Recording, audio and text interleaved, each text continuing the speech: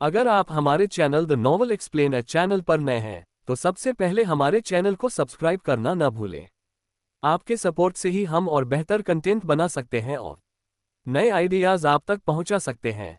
हमारे वीडियो को लाइक करके अपना प्यार दिखाएं ताकि हम आपके लिए और भी दिलचस्प और मनोरंजन वाला कंटेंट लाकर उसे आपके साथ साझा कर सकें। आपका सपोर्ट हमारे लिए बहुत मायने रखता है, इसलिए हमारी यात्रा में हमारे साथ बने रहें। एपिसोड 31 मयंक का फ्रेंडली फाइट मुकाबला अभिनेंद्र के साथ। जब मयंक और अभिलाष दोनों पहाड़ी परिवार के योद्धाओं से मिलने के लिए गए तब वहां पर उन्हें सभी लोग बड़े अजीब नजरों से देख रहे थे। वहां पर कुल 5 लोग थे जिनमें रत्ना भी शामिल था, जो अपना सिर झुकाए एक जगह पर खड़ा था, मानो मयंक को वहां पर देखकर उसको बेइज्जती महसूस हो रही हो। मयंक और अभिलाष दोनों बड़े ध्यान से वहां उपस्थित सभी को देखते हैं, लेकिन उन्हें वहां पर श्रीनिवास और जितेंद्र दोनों में से कोई नहीं दिखते हैं। मयंक और अभिलाष को यहां पर आए देखकर एक लड़का आगे आते हुए मयंक से उसका नाम पूछता है, जिस पर मयंक उसको बताता है, जी मेरा नाम मयंक है। मयंक का नाम जानने के बाद वो लड़का रत्ना की तरफ मुड़ता है और फिर उसके पास जाते हुए अपने चेहरे पर मुस्कान के साथ उसके कानों में कहता है, क्या तुम इस लड़के से ही अपना मुकाबला हार गए थे? ये तो अभी कितना छोटा है और इसकी शक्तियां भी महज चक्रीय लेवल -1 पर है। उस लड़के का सवाल सुनकर रत्ना के चेहरे पर गुस्सा नजर आने लगता है और फिर वो गुस्सा करते हुए ही उस दूसरे लड़के को कहता है, देख अभिनेंद्र, तू चुप रह वरना पीट जाएगा मेरे हाथों। रत्ना को गुस्सा करते देखकर वो हंसते हुए उससे कहता है, अरे बड़े भाई, आप गुस्सा क्यों हो रहे हो? मैं तो बस ये पता कर रहा था क्या पैसे ही अपना मुकाबला हार गए थे न? ये कहते हुए वो लड़का रत्ना और मयंक को देखकर मन ही मन हंसने लगता है। उन सब की ये बात चल ही रही थी कि वहां पर 3 लोग आते हैं। उन तीनों लोगों में से 2 लड़के थे जिनकी उम्र लगभग अभिलाष के जितनी ही होगी, जबकि उनके साथ एक अधेड़ उम्र का आदमी था। मयंक ने जब उन तीनों को देखा तब वो उनमें से 2 लड़कों को पहचान गया। वो दोनों लड़के जो अभी अभी वहां पर आए थे वो कोई और नहीं बल्कि श्रीनिवास और जितेंद्र थे। श्रीनिवास और जितेंद्र के साथ उनके परिवार का एक एल्डर था। खैर, वहां आने के बाद उन तीनों ने भी मयंक और अभिलाष को देखा, जिसके बाद श्रीनिवास आगे बढ़ते हुए उनसे पूछता है, अरे तुम साहनी परिवार से हो ना मयंक और अभिलाष? जिस पर अभिलाष आगे बढ़ते हुए उनसे कहता है, हाँ हम वही है। तो श्रीनिवास उनसे आगे पूछता है, तो तुम दोनों का यहाँ पर कैसे आना हुआ? क्या हमसे कोई काम था? नहीं, हम दोनों को यहाँ पर कोई काम नहीं था, बल्कि हमने सुना कि प्रतियोगिता फाइनल चरण में हम सब एक ही टीम में है, तो इसलिए ही हम दोनों तुमसे मिलने के लिए चले आए। अभिलाष अपनी आवाज में बिना किसी हिचकिचाहट के कहता है। अभिलाष की बात सुनकर श्रीनिवास अपना सर हिलाता है, जिसके बाद वो मयंक की ओर देखते हुए एक बार फिर उनसे पूछता है, तो क्या जो कुछ भी हमने सुना वो सब सच है? श्रीनिवास का ये सवाल सुनकर अभिलाष कंफ्यूज लगते हुए उससे ही पूछता है, क्या हम जान सकते हैं कि तुमने आखिर सुना क्या है? जिस पर श्रीनिवास मयंक की तरफ देखते हुए ही मुस्कुराते हुए ही कहता है, यही कि इस लड़के मयंक के पास अभी से 3 महीने पहले तक कोई साधना का आरा नहीं था और 3 महीने पहले ही इसने अपनी शक्तियों को जागृत किया है। श्रीनिवास के पूछे इस सवाल को सुनकर पहले तो अभिलाष और मयंक दोनों कुछ नहीं बोलते, लेकिन फिर मयंक अपनी चुप्पी तोड़ते हुए कहता है, जी हाँ, ये बात सच है कि मैं 3 महीने पहले तक साधना नहीं कर सकता था और नहीं तो मेरे पास कोई साधना का आधार था। इतना कहने के बाद वो रुकता है, लेकिन फिर वो अपनी बात जारी रखते हुए आगे बोलता है, लेकिन 3 महीने पर हले एक रात अचानक से ही मेरे अंदर कुछ बदलाव होने लगा। पहले तो मुझे कुछ समझ में नहीं आया और मैं वहीं पर बेहोश हो गया था। अगली बार जब मुझे होश आया तब मैं अपने कमरे में था। होश में आने के बाद मैंने अपने अंदर बहुत से बदलाव महसूस किए, जैसे मैं बहुत दूर बोल रही पंछियों की आवाज़ों को एकदम साफ साफ सुन पा रहा था।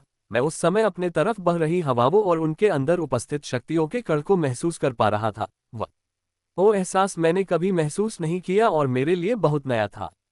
तभी मैंने ये रियलाइज किया कि मेरे अंदर भी अब शक्तियां हैं और उन शक्तियों का इस्तेमाल कर सकता था। उस समय मेरी शक्तियां चक्रीय लेवल -1 पर थी। इसके अलावा मुझे और कुछ नहीं पता कि मेरे साथ ये कैसे हुआ था। मयंक की बातों को सुनकर वहां पर उपस्थित सभी की आंखें हैरानी में बड़ी हो गई। वैसे तो यहां आने के बाद उन्होंने मयंक के बारे में सब कुछ सुना ही था, लेकिन फिर भी उन सब को इस बात पर भरोसा नहीं हुआ और उन्हें ये बात झूठी लगती थी। लेकिन आज जब उन्होंने मयंक के मुंह से भी यही बात सुनी तब वो सब हैरान थे। मयंक की कही हर एक बात को सुनकर श्रीनिवास भी थोड़ा हैरान था, लेकिन फिर मुस्कुराते हुए मयंक की तरफ देखता है और उससे कहता है, सच कहूं तो मैं तुम्हारी ताकत और शक्तियों को चेक करना चाहता हूं कि तुम कितने शक्तिशाली हो, इसलिए क्या तुम यहां पर एक फ्रेंडली फाइट करना चाहोगे। श्रीनिवास की बातों को सुनकर मयंक और अभिलाष के चेहरे की मुस्कान गायब हो जाती है और उनके चेहरे पर एक कंफ्यूजन नजर आने लगती है। इसलिए अभिलाष पहले मयंक की तरफ देखता है और फिर श्रीनिवास की तरफ देखते हुए उससे पूछता है, एक फ्रेंडली फाइट पर क्यों, हम तो बस यहाँ पर तुमसे मिलने के लिए आए थे। जिस पर श्रीनिवास उनसे बोला, हाँ मुझे पता है कि तुम दोनों यहाँ पर बस मुझसे मिलने के लिए आए हो, पर मैं बस एक बार मयंक की शक्तियाँ देखना चाहता हूँ। वैसे भी ये बस एक फ्रेंडली फाइट है, तो इसमें ये लोग बस अपने 10% शक्तियाँ और ताकत का ही इस्तेमाल करेंगे, तो बताओ तुम दोनों क्या कहते हो। श्रीनिवास की बात सुनने के बाद मयंक अपने चेहरे पर एक झूठी मुस्कान लाते हुए उससे कहता है, ठीक है फिर, अगर आप सब मेरी शक्तियां ही देखने चाहते हैं तो फिर मैं आप सबको अपनी शक्तियां और ताकत दिखाने के लिए तैयार हूं। माँ याक की बात सुनकर श्रीनिवास के चेहरे पर एक बड़ी सी मुस्कान आ जाती है, जिसके बाद वो रत्ना के पास खड़े लड़के की तरफ देखते हुए कहता है, अभिनेंद्र तुम आ जाओ और इससे मुकाबला करो, लेकिन तुम एक बात का ध्यान रखना, कुछ भी हो जाए पर तुम अपनी 10% से अधिक शक्तियों का इस्तेमाल बिल्कुल नहीं करना। खुद को ऐसे अचानक से मुकाबले के लिए भेजे जाने पर अभिनेंद्र थोड़ा घबरा जाता है, इसलिए वो श्रीनिवास से कहता है, एक इन बड़े भाई मैं कैसे लड़ सकता हूँ, लेकिन फिर मयंक को देखने के बाद वो अपने चेहरे पर एक बड़ी सी मुस्कान लिए आगे आता है। अभिनेंद्र की शक्तियां भी चक्रीय लेवल -1 पर ही था, लेकिन वो अब कभी भी अपना लेवल पा र करके चक्रीय लेवल -2 में पहुंच सकता था। अभिनेंद्र के आगे आने के बाद वो सभी लोग चलते हुए जल्द एक प्रैक्टिस अरेना के पास पहुंच जाते हैं। वो प्रैक्टिस अरेना बहुत ज्यादा बड़ा नहीं था, क्योंकि उसको बस प्रैक्टिस के लिए ही बनाया गया था। खैर अरेना के अंदर आने के बाद अभिनेंद्र मुस्कुराते हुए रत्ना को देखता है, मानो जैसे कि वो उसका मजाक बना रहा हो कि देखो तुम जिस लड़के से हार गए थे, मैं उसको कैसे हरा देता हूँ। अभिनेंद्र की शक्तियां मयंक की शक्तियों से बहुत ज्यादा नहीं थी, लेकिन फिर उसे अपने ऊपर भरोसा था कि वो बड़े ही आसानी से मयंक को हरा देगा। उस छोटे से अरेना के अंदर अभिनेंद्र और मयंक एक दूसरे के आमने सामने खड़े होकर एक दूसरे को देखे जा रहे थे। उन दोनों को ऐसे देखकर श्रीनिवास उनसे पूछता है, क्या तुम दोनों तैयार हो लड़ने के लिए। जिस पर वो दोनों हाँ में अपनी गर्दन हिलाते हुए बोले, हाँ हम तैयार है। उन दोनों को हाँ बोलते देखकर श्रीनिवास उन दोनों को मुकाबला शुरू करने को कहता है। श्रीनिवास के मुकाबले को शुरू करते ही अभिनेंद्र बिना देरी किए अपनी कमर पर लटक रही तलवार को निकलते हुए तेज रफ्तार में मयंक पर हमला करने के लिए आगे बढ़ता है। मयंक पर हमला करते समय अभिनेंद्र बस यही सोच रहा था कि जितना जल्द हो सके वो मयंक को हराकर ये मुकाबला खत्म कर दे। अभिनेंद्र को इतनी जल्दी मयंक पर हमला करते देखकर अभिलाष नाराज होते हुए कहता है, क्या ये लड़का, इसकी स्पीड कितनी अधिक क्यों है। मयंक ने तो अभी तक अपनी भाला भी बाहर नहीं निकला है, ऐसे तो वो बड़े ही आसानी से हार जाएगा। वही उस प्रैक्टिस अरेना के अंदर अभिनेंद्र को इतनी तेज रफ्तार खुद पर हमला करते देखकर मयंक भी थोड़ा हैरान था। इसलिए वो जल्दी से अपने भाले को अपने पीठ से उतरता है और उसकी सहायता से अपनी तरफ आ रही अभिनेंद्र की तलवार को रोकते हुए उसको एक किक मारता है। मयंक की इस किक को देखकर अभिनेंद्र जल्दी से साइड हो जाता है और मयंक की वो किक खाली हो जाती है। अपनी किक को खाली जाते देखकर मयंक मन ही मन कहता है, अरे यार इस लड़के की स्पीड कितनी ज्यादा अधिक है, ये बड़े ही आसानी से मेरे किक से बच गया। असल में अभिनेंद्र की शक्तियां वायुमूल तत्व की थी, इसलिए ही वो इतना तेज था और बड़े ही आसानी से मयंक के इन हमलों से बच पा रहा था। खैर मयंक के किक से बचने का बाद अभिनेंद्र अपना तलवार उठाते हुए धीमी आवाज में कहता है, इस लड़के में कुछ तो बात है, तभी तो इसने मेरे इतने तेज होने के बावजूद भी मेरे हमले को रोकने में कामयाब रहा। इतना कहने के बाद वो एक बार फिर आगे बढ़ते हुए मयंक पर अपने तलवार की मदद से हमला करता है और उसके तुरंत बाद वो अपने मुक्के से भी मयंक पर हमला कर देता है। अभिनेंद्र के इन दोनों हमले को देखकर मयंक बिना घबराए सामना करता है और बड़े ही आसानी से उसको पीछे करने में कामयाब रहता है।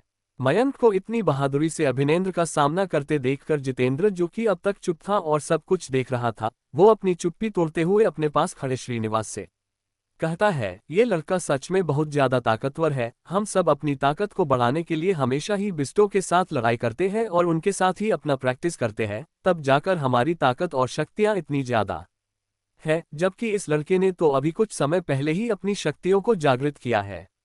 मुझे नहीं लगता कि इसने कभी किसी बिस्ट को देखा भी होगा और न ही कभी उसका सामना किया होगा, फिर भी इस लड़के की ताकत और शक्तियां इतनी ज्यादा है। तभी तो ये लड़का अपने से अधिक लेवल वालों को भी हारने में सक्षम है। ये कहते हुए उसके चेहरे का भाव गंभीर होते जा रहा था। क्या करना चाहते थे पहाड़ी परिवार श्रीनिवास और बाकी सभी योद्धा आखिर? उन्होंने क्यों करवाया मयंक का मुकाबला अभिनेंद्र के साथ? क्या वो सब मयंक को चोट पहुंचाना चाहते थे या फिर है ये उनकी कोई दूसरी चाल? क्या मयंक आज हरा पाएगा अभिनेंद्र को? कहानी में आगे जानने के लिए सुनते रहिए Mayank avatar of new lord सिर्फ और सिर्फ द नॉवल एक्सप्लेन चैनल पर। एपिसोड 32 मयंक ने अभिनेंद्र को हरा दिया। जितेंद्र ने जब मायान कप के बारे में कहा तो उसकी बात को श्रीनिवास और उनके परिवार का वो एल्डर भी सुन रहे थे। उसकी इस बात से वो भी सहमत थे। इसलिए ही वो एल्डर मयंक और अभिनेंद्र को देखते हुए बोलता है, तुमने ठीक कहा। इस लड़के ने अपनी शक्तियों को कुछ समय पहले ही जागृत किया है, फिर बड़ी ही ये इतनी अच्छी तरह से अपनी उन शक्तियों को काबू कर सकता है। ये लड़का सच में बहुत ज्यादा ताकतवर और एक जीनियस है। मुझे ऐसा लगता है इस लड़के के इतना ज्यादा ताकतवर होने का कारण शायद इसकी दो प्रकार की मूल तत्वों की शक्तियां हैं जो एक दूसरे के साथ बहुत ही अच्छे तरह से मिली हुई है, तभी ये लड़का इतना ताकतवर है। वही अभिलाष तो अभी कुछ और ही सोच में डूबा हुआ था। वो सोच रहा था मयंक कितनी आसानी से अभिनेंद्र के हमलों से बच रहा था और उस पर अपना पलटवार भी कर रहा था। वो मयंक की इतनी तेज स्पीड को देखकर थोड़ा हैरान था। अभिलाष ने भी मयंक के साथ पहले कई बार फ्रेंडली फाइट प्रैक्टिस मुकाबला किया था, लेकिन तब मयंक की स्पीड इतनी अधिक नहीं थी। इसलिए ही आज जब वो मयंक को इतनी आसानी से अभिनेंद्र के हमलों को रोकते देखा तो इसको हैरानी हो रही थी। वही अरेना के अंदर अभिनेंद्र मयंक के द्वारा पीछे किए जाने पर बड़ी ही मन कहता है, ये लड़का बड़े ही आसानी से मेरे इन दोनों हमलों को रोकने में कामयाब रहा और ये लड़का मेरे पास वायु मूल तत्व की शक्तियां होने के बावजूद भी मेरी स्पीड की बराबरी करने में सक्षम है। सच में ये लड़का मजेदार है। अभी वो ये सब सोच ही रहा था कि तभी मयंक का भाला तेजी से उसकी तरफ आता है। मयंक के भाले को अपनी तरफ आते देखकर वो जल्दी से अपने तलवार को आगे करता है और इस भाले को रोक देता है, लेकिन सब भाले को रोकने के बावजूद भी इसके अपने चेहरे पर दर्द महसूस हुआ और वो कुछ कदम पीछे हट जाता है। मयंक ने उस पर अपने भाले से हमला किया ताकि वो अपना पूरा ध्यान इस भाले को रोकने में लगाए और अभिनेंद्र से ऐसा किया भी, जिसकी वजह से मयंक को एक मौका मिला गया और उसने उसके चेहरे पर एक किक दे मारी। मयंक ने उस पर अपने भाले से हमला किया ताकि वो अपना पूरा ध्यान इस भाले को रोकने में लगाए और अभिनेंद्र से ऐसा किया भी, जिसकी वजह से मयंक को एक मौका मिला गया और उसने उसके चेहरे पर एक किक दे मारी। खैर, मयंक की किक लगाने की वजह से अभिनेंद्र के मुंह से थोड़ा खून भी निकलने लगा था। अभिनेंद्र अपने मुंह से खून निकलते देखकर ये भूल जाता है कि वो एक फ्रेंडली फाइट मुकाबला लड़ रहा है और उसकी आंखें धीरे धीरे लाल होने लगती है, जिसके बाद वो अपने तलवार को दोनों हाथों में पकड़ लेता है। अपने तलवार को पकड़ने के बाद वो अपनी लाल हो चुकी आंखें से मयंक की तरफ देखते हुए अपनी आवाज में गुस्से और नफरत भारी में कहता है, तुम्हारी इतनी हिम्मत कि तुम मेरे शरीर पर घाव दिया और मेरा खून निकला, क्या तुम मरना चाहते हो? जब सबने देखा कि अभिनेंद्र मयंक पर अपनी तलवार तकनीक का इस्तेमाल कर रहा है तब सबके चेहरे का रंग बदल गया और उनके चेहरे पर एक डर नजर आने लगा। इसलिए श्रीनिवास, इसके पास में खड़े वो एल्डर और अभिलाष, ये तीनों ही अभिनेंद्र को रोकने के लिए आगे बढ़े, लेकिन अब देर हो चुका था क्योंकि अभिनेंद्र अपना हमाल मयंक पर कर चुका था। खूनी तलवार एक ह्यूमन रैंक सेकंड टायर की तकनीक थी जिसे अभिनेंद्र ने आज से लगभग 2 साल पहले सीखी थी। अभिनेंद्र इस तकनीक का इस्तेमाल तभी करता था जब वो किसी बिस्ट या फिर किसी ताकतवर योद्धा से मुकाबला करता था, लेकिन आज अपने हर हमले को यूं खाली जाते और खुद को लगे चोट से निकले खून को देखकर वो भूल गया कि इस समय वो मयंक के साथ बस एक फ्रेंडली फाइट मुकाबला लड़ रहा था। इसलिए ही उसने मयंक पर अपने उस तकनीक का इस्तेमाल किया। खैर, अभिनेंद्र की वो तलवार गोली के रफ्तार में मयंक की ओर बढ़ रहा था क्योंकि अभिनेंद्र ने अपने उस हमले में अपनी 10% से अधिक ताकत और शक्तियों का इस्तेमाल किया था। वही मयंक तो अभिनेंद्र को खुद पर इतने खतरनाक हमले को करते देखकर हैरान था। इसकी वजह ये थी कि उसको अभी भी ये बात अच्छे से याद थी कि ये मुकाबला बस एक फ्रेंडली फाइट टेस्ट मुकाबला है, लेकिन जब उसने अभिनेंद्र को खुद पर इतने खतरनाक हमले को करते देखा तब उसने भी बिना देरी किए तेजी से अपनी शक्तियां निकालना शुरू किया और उसे अपने भाले में भरन लगता है, जिसके बाद वो अपनी शार्प स्पीयर टेक्निक का इस्तेमाल करते हुए अपने भाले को अपनी तरफ आ रही अभिनेंद्र की उस तलवार की ओर कर देता है। अभिनेंद्र का वो भाला आगे बढ़ते हुए मयंक के उस भाले से टकरा जाता है, जिसके बाद वहां पर किसी चीज पर दरार पड़ने की आवाज आती है और मयंक का शक्तियों से लिपटा हुआ वो भाला अभिनेंद्र के हाथों में पकड़ी उस तलवार के टुकड़े करते हुए उसको जा लगती है। उस भाले के लगते ही अभिनेंद्र के में से एक दर्द भरी आह निकलती है और वो एक तेज झटके के साथ सरकते हुए पीछे जा गिरता है। अभिनेंद्र के नीचे जमीन पर गिरते ही मयंक बिना देरी किए तेजी से उसकी तरफ भागता है और अपने भाले की नोक को उसके गर्दन पर रख देता है। मयंक ने अभिनेंद्र को हरा दिया था, वहां पर जो कुछ भी हुआ उसे वहां पर उपस्थित सभी लोगों ने देखा था। मयंक ने अपने भाले का इस्तेमाल करते हुए न केवल अभिनेंद्र को हरा चुका था बल्कि उसके उस मजबूत तलवार को भी तोड़ने में कामयाब रहा था। ये देखकर उस मुकाबले को देख रहे सभी लोगों के मुंह हैरानी और डर से खुले के खुले रह जाते हैं। अभिलाष भी ये देखकर हैरान रह गया था और अपनी बड़ी बड़ी आंखों से मयंक को ही देखे जा रहा था, मानो वो वहां पर मयंक को न देखकर किसी भूत को देख रहा था। जितेंद्र, श्रीनिवास और वो एल्डर भी मयंक और उसके भाले के नोक पर पड़े अभिनेंद्र को ही देख रहे थे। उन्हें विश्वास न बड़ी ही हो रहा था कि मयंक ने अभिनेंद्र को इतनी आसानी से हराने में कामयाब रहा था। पहाड़ी परिवार के सभी लोग अच्छे से जानते थे कि अभिनेंद्र कितना ज्यादा शक्तिशाली और ताकतवर है और उसने जिस तलवार और तकनीक का इस्तेमाल किया था, पता नहीं उस तलवार से उस तकनीक का इस्तेमाल करते हुए कितने बिस्टों और आदमियों को हरा चुका था, लेकिन यहां पर तो वो मयंक के हाथों इतनी आसानी से हार गया था। श्रीनिवास अपनी आंखों में अविश्वास के साथ आथा मयंक को देखते हुए मन ही मन कहता है, इस लड़के ने अभिनेंद्र के उस तलवार को दिया और उसे हराने में भी कामयाब रहा। सच में ये लड़का बहुत ज्यादा ताकतवर और शक्तिशाली है। खैर, मयंक ने अभिनेंद्र को हराने के बाद उसको उठाने के लिए उसकी तरफ अपना हाथ बढ़ाता है। मयंक को अपनी तरफ हाथ बढ़ाते देखकर अभिनेंद्र भी उसका हाथ पकड़ते हुए उठता है, जिसके बाद वो दोनों उस प्रैक्टिस अरेना के बाहर आ जाते हैं। अरेना से बाहर आने के बाद अभिलाष मयंक के पास जाते हुए उससे पूछता है, मयंक क्या तुम ठीक हो? तुम्हें कहीं चोट तो नहीं आए है ना? जिस पर मयंक अपना सिर खुजाते हुए और एक झूठी हंसी हंसते हुए बोला, नहीं मैं ठीक हूँ, इतनी आसानी से मैं घायल थोड़ी ना हो जाऊंगा। लेकिन यही बात मैं बड़े भाई अभिनेंद्र के लिए नहीं कह सकता, क्योंकि मुझे लगता है कि उन्हें थोड़ी चोट आई है। मयंक के मुंह से अभिनेंद्र को लगी चोट के बारे में सुनकर अभिलाष उसकी तरफ मुड़ता है और उस पर चिल्लाते हुए कहता है, तुम्हें बताया गया था ना कि ये एक फ्रेंडली फाइट है, तो फिर तुमने मयंक पर इतना शक्तिशाली हमला क्यों किया? अभिलाष को खुद पर ऐसे गुस्सा करते देखकर अभिनेंद्र अपना सिर नीचे कर लेता है और धीमी आवाज में उससे कहता है, मुझे माफ कर दो, मैं एक पल के लिए भूल गया था कि ये मुकाबला बस एक फ्रेंडली फाइट है, इसलिए ही मुझसे गलती हो गई। भूल गए थे? लेकिन तुम ये बात इतने कम समय में कैसे भूल सकते हो, बताओ मुझे? अभिलाष फिर एक बार उससे पूछता है, जिस पर अभिनेंद्र अपना सिर झुकाए ही बोला, वो जब कभी भी मैं अपने शरीर से खून निकलते देखता हूं तो मैं अपनी शक्तियों पर अपना काबू खो देता हूं, इसलिए ही मैंने मयंक पर इतना शक्तिशाली हमला कर दिया था। खैर, ऐसे ही कुछ देर अभिनेंद्र को डांटते और उस पर अपना गुस्सा करने के बाद अभिलाष भी शांत हो जाता है, जिसके बाद वो सभी लोग अकेडमी के अंदर ही उपस्थित एक कैंटीन में खाना खाने के लिए चले जाते हैं। वहां पर खाना खा लेने के बाद अभिलाष और मयंक दोनों ही श्रीनिवास, जितेंद्र और पहाड़ी परिवार के बाकी सभी योद्धाओं के साथ कुछ और देर तक बातें करते हैं, जिसके बाद वो दोनों वापस अपने दोस्तों के पास आ जाते हैं।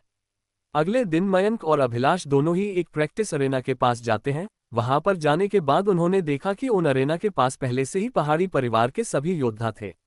पहाड़ी परिवार के योद्धाओं के अलावा मयंक और अभिलाष ने वहां पर दो और लोगों को देखा। उनमें से लड़का जबकि एक लड़की थी। उस लड़की का वो गोल चेहरा, चेहरे पर चबी गाल और बड़ी बड़ी आंखें थी, जिस वजह से वो लड़की बहुत ही ज्यादा सुंदर लग रही थी। वो लड़का था आनंद परिवार का सबसे काबिल योद्धा केशव और वो लड़की केशव की गर्लफ्रेंड थी, जो कि यह पर उसके साथ ही आई थी। केशव भी मयंक और अभिलाष की टीम में ही था, जो कि फाइनल्स में उसके साथ मिलाकर लड़ने वाला था। मयंक और अभिलाष वहां जाने के बाद सभी से मिलते हैं और फिर वहीं पर अपना प्रैक्टिस करने में लग जाते हैं। ऐसे ही प्रैक्टिस करते हुए उन्हें पूरे 3 दिन बीत जाते हैं, जिसके बाद उन सबको पता चलता है कि फाइनल्स में उनका मुकाबला किन किन योद्धाओं के साथ है। आखिर क्या होने वाला है फाइनल्स में और मयंक की टीम का किन किन लोगों से होने वाला है मुकाबला, या मयंक और उसकी टीम फाइनल्स में कर पाएगी अच्छा प्रदर्शन और बना पाएगी टॉप 10 में अपना जगह? कहानी में आगे जानने के लिए सुनते रहिए Mayank avatar of new lord सिर्फ और सिर्फ द नॉवल एक्सप्लेन चैनल पर। एपिसोड 33 अकेडमी प्रतियोगिता के फाइनल चरण की शुरुआत मयंक ने अभिनेंद्र को हरा दिया था, जिसके बाद मयंक और अभिलाष दोनों वापस अपने दोस्तों के पास आ जाते हैं। अगले दिन जब वो दोनों श्रीनिवास और जितेंद्र के पास जाते हैं, तब वो वहां पर उनकी टीम का 5वां योद्धा यानी केशव से मिलते हैं। केशव से मिलने के बाद मयंक, अभिलाष दोनों श्रीनिवास, जितेंद्र और केशव के साथ मिलकर अपना प्रैक्टिस शुरू कर देते हैं। उन सब को प्रैक्टिस करते हुए 3 दिन बीत जाते हैं। तीसरे दिन उन सभी को फाइनल्स में किन किन योद्धाओं की टीम के साथ मुकाबला करना था इसकी जानकारी मिल गई, जिसमें उन्हें पता चला उनकी टीम को जिस ग्रुप में रखा गया था उस ग्रुप में कुल 5 टीम थी। मयंक की टीम को उनके ग्रुप के सभी 4 टीमों के साथ मुकाबला करना था। मयंक की टीम का पहला मुकाबला जिस टीम के साथ था, उस टीम के सभी 5 योद्धा 4 अलग अलग परिवारों से संबंध रखते थे और वो सभी योद्धा अपने परिवार के सबसे काबिल और ताकतवर योद्धा थे। मयंक की टीम का दूसरा मुकाबला जिस टीम के साथ था, उस टीम में शर्मा परिवार के 3 योद्धा थे। मयंक ने प्रतियोगिता के पहले चरण के अपने पहले मुकाबले में ही शर्मा परिवार के रोहन को हराया था। रोहन को हराने के बाद मयंक ने इस परिवार के बारे में बहुत कुछ सुना था कि शर्मा परिवार एक बहुत ही ताकतवर और बड़ा परिवार है, इसलिए ही जब उसने सुना कि इस परिवार के 3 योद्धा फाइनल्स तक पहुंचने में कामयाब रहे, तब उसको जरा भी हैरानी नहीं हुई। लेकिन जब मयंक ने सुना कि उनका तीसरा मुकाबला किन योद्धाओं के साथ था, तब उसके माथे पर चिंता की लकीरें दिखाने लगी। इसकी वजह थी कि उनका तीसरा मुकाबला जिस टीम से होने वाला था, उस टीम में रावत परिवार के 2 योद्धा थे। रावत परिवार के ये दोनों योद्धा कोई और नहीं बल्कि अभिनाश का बड़ा भाई राजीव और उसके परिवार का ही एक जीनियस योद्धा था, जिसकी शक्तियां नई पीढ़ी के योद्धाओं में सबसे अधिक थी। उन दोनों के अलावा उस टीम में सिंह परिवार का भी एक योद्धा था, जिसकी शक्तियां भी बहुत ज्यादा थी। रावत परिवार और सिंह परिवार का रिश्ता बहुत अच्छा था और वो दोनों ही परिवारों के योद्धाओं को अक्सर ही एक साथ में देखा जाता था। खैर, इन 3 मुकाबलों के बाद मयंक की टीम का चौथा मुकाबला जिन योद्धाओं के साथ था, उस टीम के सभी योद्धा का इस पूरे एकेडमी प्रतियोगिता के अंदर सबसे बेहतर प्रदर्शन रहा था और उन सब ने अपने एक भी मुकाबले नहीं हारे थे और सभी को बड़े ही आसानी से हरा दिया था। खैर, जिस दिन मुकाबले की ये लिस्ट आई, उस दिन सबको ये भी पता चला कि मुकाबला आज से ठीक 5 दिन बाद शुरू होंगे, इसलिए सभी योद्धा प्रतियोगिता के फाइनल चरण में अपना सबसे बेहतर प्रदर्शन दिखने के लिए तैयार हो गए। जल्द ही 5 दिन बीत गए और आखिरकार वो दिन आया जिसका सभी लोगों को बेसब्री से इंतजार था। चाहे वो लोग मुकाबला करने वाले योद्धा हो या फिर उन मुकाबलों को देखने वाले दर्शक, सभी लोग आज के दिन के लिए बेताब और बहुत ही ज्यादा उत्सुक थे। आज पूरा अरेना दर्शकों से भरा हुआ था और चारों तरफ बहुत ज्यादा शोर हो रहा था। चारों तरफ मची उन अनगिनत आवाजों के शोर में प्रतियोगिता के फाइनल्स में पहुंचे योद्धाओं की ही बात हो रही थी, जिसे साफ साफ सुना जा सकता था। आज के दिन अरेना के अंदर बहुत से ऐसे लोगों को भी देखा जा सकता था जिनकी शक्तियां बहुत ज्यादा थी और वो लोग अपने परिवार के सबसे शक्तिशाली और ताकतवर लोगों में शामिल थे। आज वहां पर तो कुछ बड़े परिवारों और कबीलों के ताकतवर एल्डर्स और लीडर्स भी आए हुए थे, ताकि वो अपने परिवार के योद्धाओं का मुकाबला देख सके। जब लोगों ने उन बड़े परिवार से लोगों को पहचाना, तब वो सभी उनके बारे में बातें करने लगे। इसकी वजह ये थी क्योंकि वो लोग जो आज यहाँ पर आए थे वो कभी भी किसी के सामने नहीं आते थे और हमेशा ही ऐसे जगहों से दूर रहते थे। लेकिन आज जब सभी लोगों ने उन सबको देखा, तब उनको हैरानी हुई, इसलिए वो सभी उनके बारे में बातें करने लगे। वही उस अरेना के एक तरफ एक उच्च मंच बना हुआ था और उस मंच पर 7 कुर्सियां लगी हुई थी। उस मंच पर लगे उन कुर्सियों पर कुल 7 लोग बैठे हुए थे। उन लोगों के बीचों बीच एक औरत, जबकि उसके अगल बगल 4 बूढ़े और 2 अधेड़ उम्र के आदमी बैठे हुए थे। वो सभी लोग जो वहां पर बैठे थे, उनके आसपास उनके शक्तियों का बेहद ही शक्तिशाली ऑरा फैला हुआ था। उस मंच पर रखे बीच वाली कुर्सी पर बैठी उस औरत ने नीले रंग का गाउन पहना हुआ था और उस औरत की उम्र यही कुछ 30 या 35 साल लग रही थी। लेकिन उस औरत के आसपास से निकल रही शक्तियों का ऑरा वहां पर उपस्थित सभी लोगों से ज्यादा शक्तिशाली महसूस हो रहा था।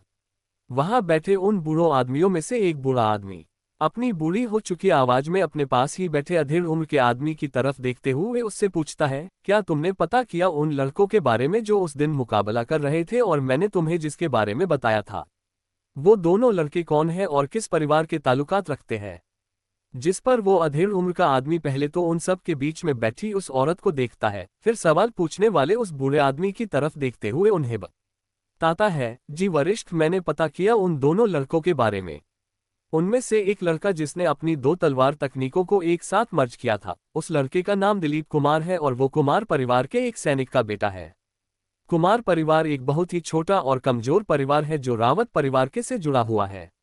जब मैं उस लड़के के बारे में पता कर रहा था, तब मुझे पता चला कि बहुत समय पहले कुमार परिवार भी एक बड़ा और ताकतवर परिवार हुआ करता था। लेकिन आज से लगभग 2 सदी पहले अचानक से ही उस समय के सभी ताकतवर और शक्तिशाली परिवारों को खत्म कर दिया गया। उन परिवारों में कई परिवार ऐसे थे जो उस घटना के बाद कभी दिखे ही नहीं, जबकि कुछ परिवार जो दिखे वो बहुत ही ज्यादा कमजोर हो गए थे। उन्हीं कमजोर परिवारों में से ही एक कुमार परिवार भी है, और वो दूसरा लड़का जिसने इस लड़के के साथ मुकाबला किया था। एक बार फिर वो बूढ़ा आदमी पूछता है, तो वो आदमी उन्हें बताता है वो दूसरा लड़का जो उस मुकाबले में था, उसका नाम मयंक है और वो साहनी परिवार के हेड राजा किशोर का छोटा बेटा है। साहनी परिवार का नाम सुनते ही वहां पर बैठे सभी आदमियों के आंखों में एक चमक नजर आने लगती है, लेकिन कुछ देर बाद ही उनके आंखों की वो चमक गायब हो जाती है और उन सभी के चेहरे पर एक डर और खौफ नजर आने लगता है। उन सभी को देखकर ऐसा लग रहा था मानो उन्हें कुछ ऐसा याद आ गया हो जिसे सोचने भर से ही उनको डर लगने लगता हो और उनका शरीर कांपने लगता हो। उस अधेड़ उम्र के आदमी की बात सुनकर किनारे पर बैठा एक बूढ़ा आदमी जिसकी लंबी सफेद दाढ़ी थी और उसने अपने सिर पर एक बांस की बनी हुई टोपी पहन रखी थी, वो अपनी बूढ़ी हो चुकी आवाज में हैरानी लेकिन कंफ्यूजन के साथ कुछ सोचते हुए कहता है, साहनी परिवार के हेड राजा किशोर का छोटा बेटा, क्या नाम बताया तुमने? हाँ, मयंक। लेकिन ऐसा कैसे हो सकता है? उस बूढ़े आदमी को ऐसे अचानक से बीच में बोलते देखकर पहले वाला बूढ़ा आदमी उस दूसरे बूढ़े आदमी से पूछता है, क्यों, क्या हो गया बूढ़े धनविराज? तुम उस लड़के के बारे में कुछ जानते हो क्या, जो तुम इतने हैरान नजर आ रहे हो? जिस पर वो बूढ़ा आदमी जिसका नाम धनविराज था उन सब से अपनी बूढ़ी आवाज में ही बताता है, भले ही मैं अब बूढ़ा हो चुका हूं और अब मुझसे ठीक तरह से चला भी न जाता हो, लेकिन मेरी याददाश्त बिल्कुल ठीक है। मुझे याद आ रहा है कि राजा किशोर के बस 2 लड़के और एक लड़की थी।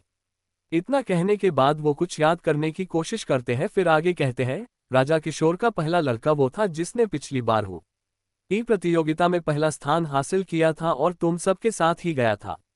जिसके बाद उनकी एक लड़की है और वो अभी इसी अकेडमी के अंदर तलवारबाजी का ट्रेनिंग करती है। उन दोनों के अलावा राजा किशोर का बस एक ही लड़का बचा, वो सबसे छोटा है। लेकिन जितना मुझे याद आ रहा है उस हिसाब से वो लड़का एक बहुत ही साधारण का लड़का है, जिसके पास कोई साधना का आधार भी नहीं है। इतना कहने के बाद वो एक बार फिर रुकते हैं और एक गहरी बड़ी ही सांस लेने के बाद उन सबको आगे बताते हैं, मुझे अच्छे से याद आ रहा है कि आज से लगभग 4 साल पहले राजा किशोर मेरे पास आए थे एक रिक्वेस्ट लेकर के। उन्होंने मुझसे रिक्वेस्ट किया था कि मैं उनके बेटे को इस अकेडमी में तलवारबाजी सीखने के लिए अप्रूवल दे दूं। उस समय मैंने राजा किशोर से बात की थी और उन्होंने मुझे बताया था कि उनके छोटे बेटे के पास साधना का कोई आधार नहीं है, इसलिए वो साधना नहीं कर सकता। फिर भी वो अपने बेटे को तलवारबाजी सीखना चाहते थे, इसलिए ही वो मेरे पास आए थे ताकि मैं उनके छोटे बेटे मयंक को इस अकेडमी के अंदर तलवारबाजी सीखने का एक मौका दे दूं। उस समय पर ही वो घटना हुआ था, इसलिए ही मैं उनकी इस रिक्वेस्ट को मना नहीं कर पाया और उनके छोटे बेटे को भी इस अकेडमी के अंदर तलवारबाजी सीखने के लिए अप्रूवल दे दिया।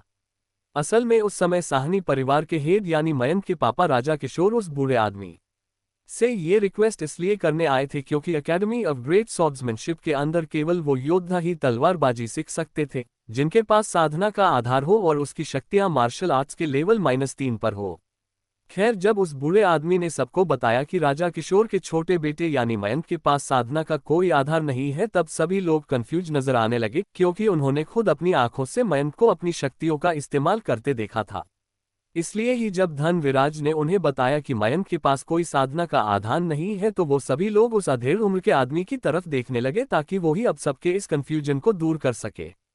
सबको अपनी तरफ देखते देखकर वो आदमी सबको बताता है, वरिष्ठ धनविराज ने बिल्कुल सही कहा। आज से लगभग 4 महीने पहले तक मयंक के पास साधना का कोई आधार नहीं था और न ही वो अपनी शक्तियों का इस्तेमाल कर सकता था।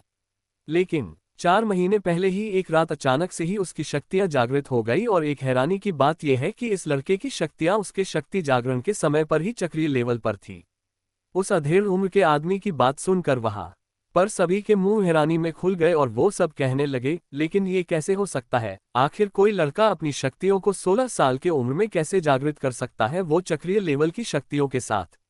आखिर कौन है ये सातों लोग और क्यों पता कर रहे हैं मयंक और दिलीप के बारे में? आखिर कौन सी घटना हुई थी 3 साल पहले और क्यों आश्चर्यचकित हो गए थे वो सभी साहनी परिवार का नाम सुनकर? ये सभी लोग कैसे जानते हैं थे मयंक के बड़े भाई और उसके पापा राजा किशोर को?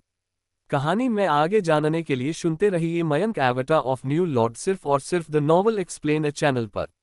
एपिसोड 34 प्रतियोगिता के फाइनल चरण का पहला मुकाबला। जब धनविराज ने सबको मयंक के बारे में बताया तो उसकी बात पर किसी को भी विश्वास नहीं हो रहा था। हो भी तो कैसे, आखिर उन्होंने खुद अपनी आंखों से मयंक को अपनी शक्तियों का इस्तेमाल करते देखा था। लेकिन न जब उस अधेड़ उम्र के आदमी ने मयंक के बारे सब कुछ बताया तब सबको हैरानी हुई। उन सभी को हैरानी हुई क्योंकि इस दुनिया में कोई योद्धा अपनी शक्तियां को 5 साल से 10 साल की उम्र में ही जागृत कर लेते हैं। लेकिन न मयंक की उम्र अभी 16 साल है और इतनी अधिक उम्र में अपनी शक्तियों चक्रीय लेवल की शक्तियों के साथ जागृत करने वाले किसी के बारे उन्होंने पहली बार सुना था, इसलिए वो सब हैरान थे। खैर, वो सभी लोग ऐसे ही कुछ देर तक मयंक के बारे में बात करते रहे और हैरान होते रहे। वो सभी जितना मयंक के बारे में जान रहे थे उन सबको उतनी ही हैरानी हो रही थी। इन सभी 7 लोगों में से वो औरत जो सबसे बीच वाली कुर्सी पर बैठी थी, वो इस एकेडमी ऑफ ग्रेट स्वॉर्ड्समैनशिप की हेड मास्टर थी, जो कि चुपचाप अपनी आंखें बंद किए हुए कुर्सी बैठी थी और वहां पर हो रही सभी बातों को सुन रही थी। उनके पास में बैठे सभी 6 लोगों में से 3 लोग हायर एकेडमी से आए ग्रेट एल्डर्स, जबकि बाकी के 3 लोग इस एकेडमी ऑफ ग्रेट स्वॉर्ड्समैनशिप के सीनियर एल्डर्स थे। उस दिन जब मयंक और दिलीप का मुकाबला हुआ था तो हायर एकेडमी से हुए इन ग्रेट एल्डर्स ने ही उन सब के आगे अपनी शक्तियों की मदद से कवच को बनाया था ताकि वो सब घायल न हो सके। खैर, जल्दी ही प्रतियोगिता के फाइनल्स का पहला मुकाबला शुरू करने का ऐलान हुआ। उस मुकाबले का ऐलान होते ही पूरे अरेना के अंदर बैठे सभी लोग गो की चल बातें एकदम से रुक जाती है और उसी के साथ वहां पर हो रहा शोर भी खत्म हो जाता है, जिसके बाद सभी लोग अरेना के अंदर देखने लगते हैं। अरेना के अंदर पहले 5 लड़के आते हैं, जो लड़के अभी अभी यहाँ आए थे। उन सब को देखकर लोग एक बार फिर अपनी बातें शुरू कर देते हैं। भट्ट परिवार का मनु भट्ट एक आदमी कहता है, अरे ये है ना, मैंने सुना है कि ये पूरे भट्ट परिवार का सबसे काबिल योद्धा है। अरे उसे छोड़ो, उसके बगल में खड़े उन दोनों लड़कों को देखो, वो दोनों के किशुन और गरुणा है। मैंने सुना है कि इन दोनों की ही शक्तियां चक्रीय लेवल -2 के टॉप पर है। इन दोनों ने लगभग 2 साल पहले ही इस लेवल पर पहुंच गए थे। वही पास बैठा दूसरा आदमी कहता है। अरेना के अंदर आए उन 5 लड़कों को देखकर लोगों के बीच ऐसे ही बातें हो रही थी कि 5 लड़कियां चलते हुए उस अरेना के अंदर आती है। वो सभी लड़कियां जो अभी अभी अरेना के अंदर आई थी वो सब दिखने बहुत ही ज्यादा खूबसूरत लग रही थी। लेकिन खूबसूरत होने के बावजूद उस समय पर उन सभी के शरीर से बहुत ही शक्तिशाली और ताकतवर शक्तियों का ऑरा निकल रहा था, जो उनके आगे बढ़ने के साथ साथ पूरे अरेना के अंदर फैलता जा रहा था। मयंक भी दर्शकों के बीच साहनी परिवार के लोगों के साथ बैठकर वो मुकाबला देख रहा था। उसके पास में ही अभिलाष, श्रीनिवास और उनकी टीम के बाकी सभी साथी बैठे हुए थे, जो कि मयंक के साथ ही वो मुकाबला देख रहे थे। उनकी टीम का भी आज मुकाबला था, जो कि 3 मुकाबलों के बाद चौथे नंबर पर था, इसलिए वो सभी वहां पर बैठकर हो रहे उन मुकाबलों को देख रहे थे। उन सभी लड़कियों को अरेना में आते देखकर मयंक का मुस्कुराते हुए अभिलाष की तरफ देखता है और उसे छेड़ते हुए कहता है, बड़े भाई अभिलाष, आज अर्पिता दीदी मुकाबला करने आई है, लेकिन फिर भी वो कितनी खूबसूरत लग रही है ना। मयंक की बात सुनकर अभिलाष का चेहरा लाल पड़ने लगता है और वो मयंक से अपनी लड़खड़ाती हुई आवाज में कहता है, अरे अरे, ये तू मुझसे क्यों कह रहा है? वो खूबसूरत लग रही है तो उसमें मैं क्या करूं? ये कहते हुए अभिलाष बार बार इधर उधर देख रहा था। आशा को शर्माते और ऐसे व्यवहार करते देखकर वहां बैठे सभी लोग हंसने लगते हैं, जबकि अभिलाष का चेहरा उन सभी को हंसते देखकर शर्म से पूरी तरह से लाल हो जाता है और वो अपना सिर सहलाने लगता है। अभिलाष को ऐसे शर्मते देखकर केशव, जो वहीं पर अपनी गर्लफ्रेंड के साथ बैठा हुआ था, वो मुस्कुराते हुए कहता है, अरे बड़े, आप ऐसे लड़कियों के जैसे क्यों शर्मा रहे हो? तो अभिलाष उससे कहता है, अरे माँ, मैं कहाँ शर्मा रहा हूँ, वो तो बस। इतना कहते कहते वो रुक जाता है, जिसके बाद वो उन सभी को देखते हुए उनसे कहता है, देखो तुम सब अभी इसके बारे में बात नहीं करो न और ध्यान से मुकाबला देखो। बीते इन कुछ दिनों में ही उन सभी के बीच बहुत अच्छी दोस्ती हो गई थी और वो सब एक दूसरे के बारे अच्छे से जानने और समझने लगे थे। अभिलाष की बात मानते हुए सभी ने मुकाबले पर ध्यान देना शुरू किया और अरेना के अंदर खड़े सभी को देखने लगे जो अब लड़ने के लिए तैयार था। वो 5 लड़कियां जो अभी अरेना के अंदर आई वो कोई और नहीं बल्कि अर्पिता, विनीता, ऋतिका, सिया और विशाखा थी, जिनका आज पहला मुकाबला था। उन सभी के अरेना में आ जाने के बाद वो मुकाबला शुरू हुआ और वो 5 लड़कियां एक झटके अपनी शरीर से तेज रफ्तार में शक्तियां निकालना शुरू कर दिया। उन सभी लड़कियों के शरीर से निकल रही इतनी ज्यादा शक्तियों को देखकर उस अरेना के अंदर खड़े 5 लड़के हैरान हो गए, क्योंकि उन सभी लड़कियों के शरीर से निकल रही शक्तियां बहुत ज्यादा थी। इस प्रतियोगिता में भाग लेने के बाद विनीता और अर्पिता इन दोनों ने ही अपना लेवल पार कर लिया था और अब उन दोनों को शक्तियां चक्रीय लेवल -3 पर थी। उनकी टीम की 2 और लड़कियां रितिका और सिया की शक्तियां भी चक्रीय लेवल -3 पर थी और विशाखा की शक्तियां चक्रीय लेवल -2 के टॉप पर थी। जबकि उन लड़कों की टीम केवल 2 लड़के मनु और गरुणा की शक्तियां ही चक्रीय लेवल -3 पर थी, जबकि बाकी सभी की शक्तियां चक्रीय लेवल -2 पर ही थी। यही कारण था कि वो सभी लड़के उन लड़कियों के शरीर से निकल रही इतनी ज्यादा शक्तियों को देखकर हैरान थे। खैर, इस मुकाबले के शुरू होते ही सभी लड़कियां उन लड़कों पर हावी हो गई और 15 मिनट के अंदर ही उन सभी लड़कियों ने इन सभी लड़कों को बहुत आसानी से हरा दिया।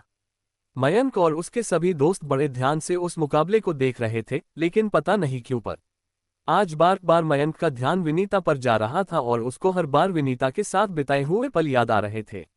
बार बार अपना ध्यान विनीता पर जाते और उसके साथ बिताए सारे पल याद आते देखकर मयंक अपना सिर झटकते हुए खुद से कहता है, अरे यार, आज मुझे बार बार विनीता के साथ बिताए हुए पल क्यों याद आ रहे हैं? आखिर मुझे हुआ क्या है?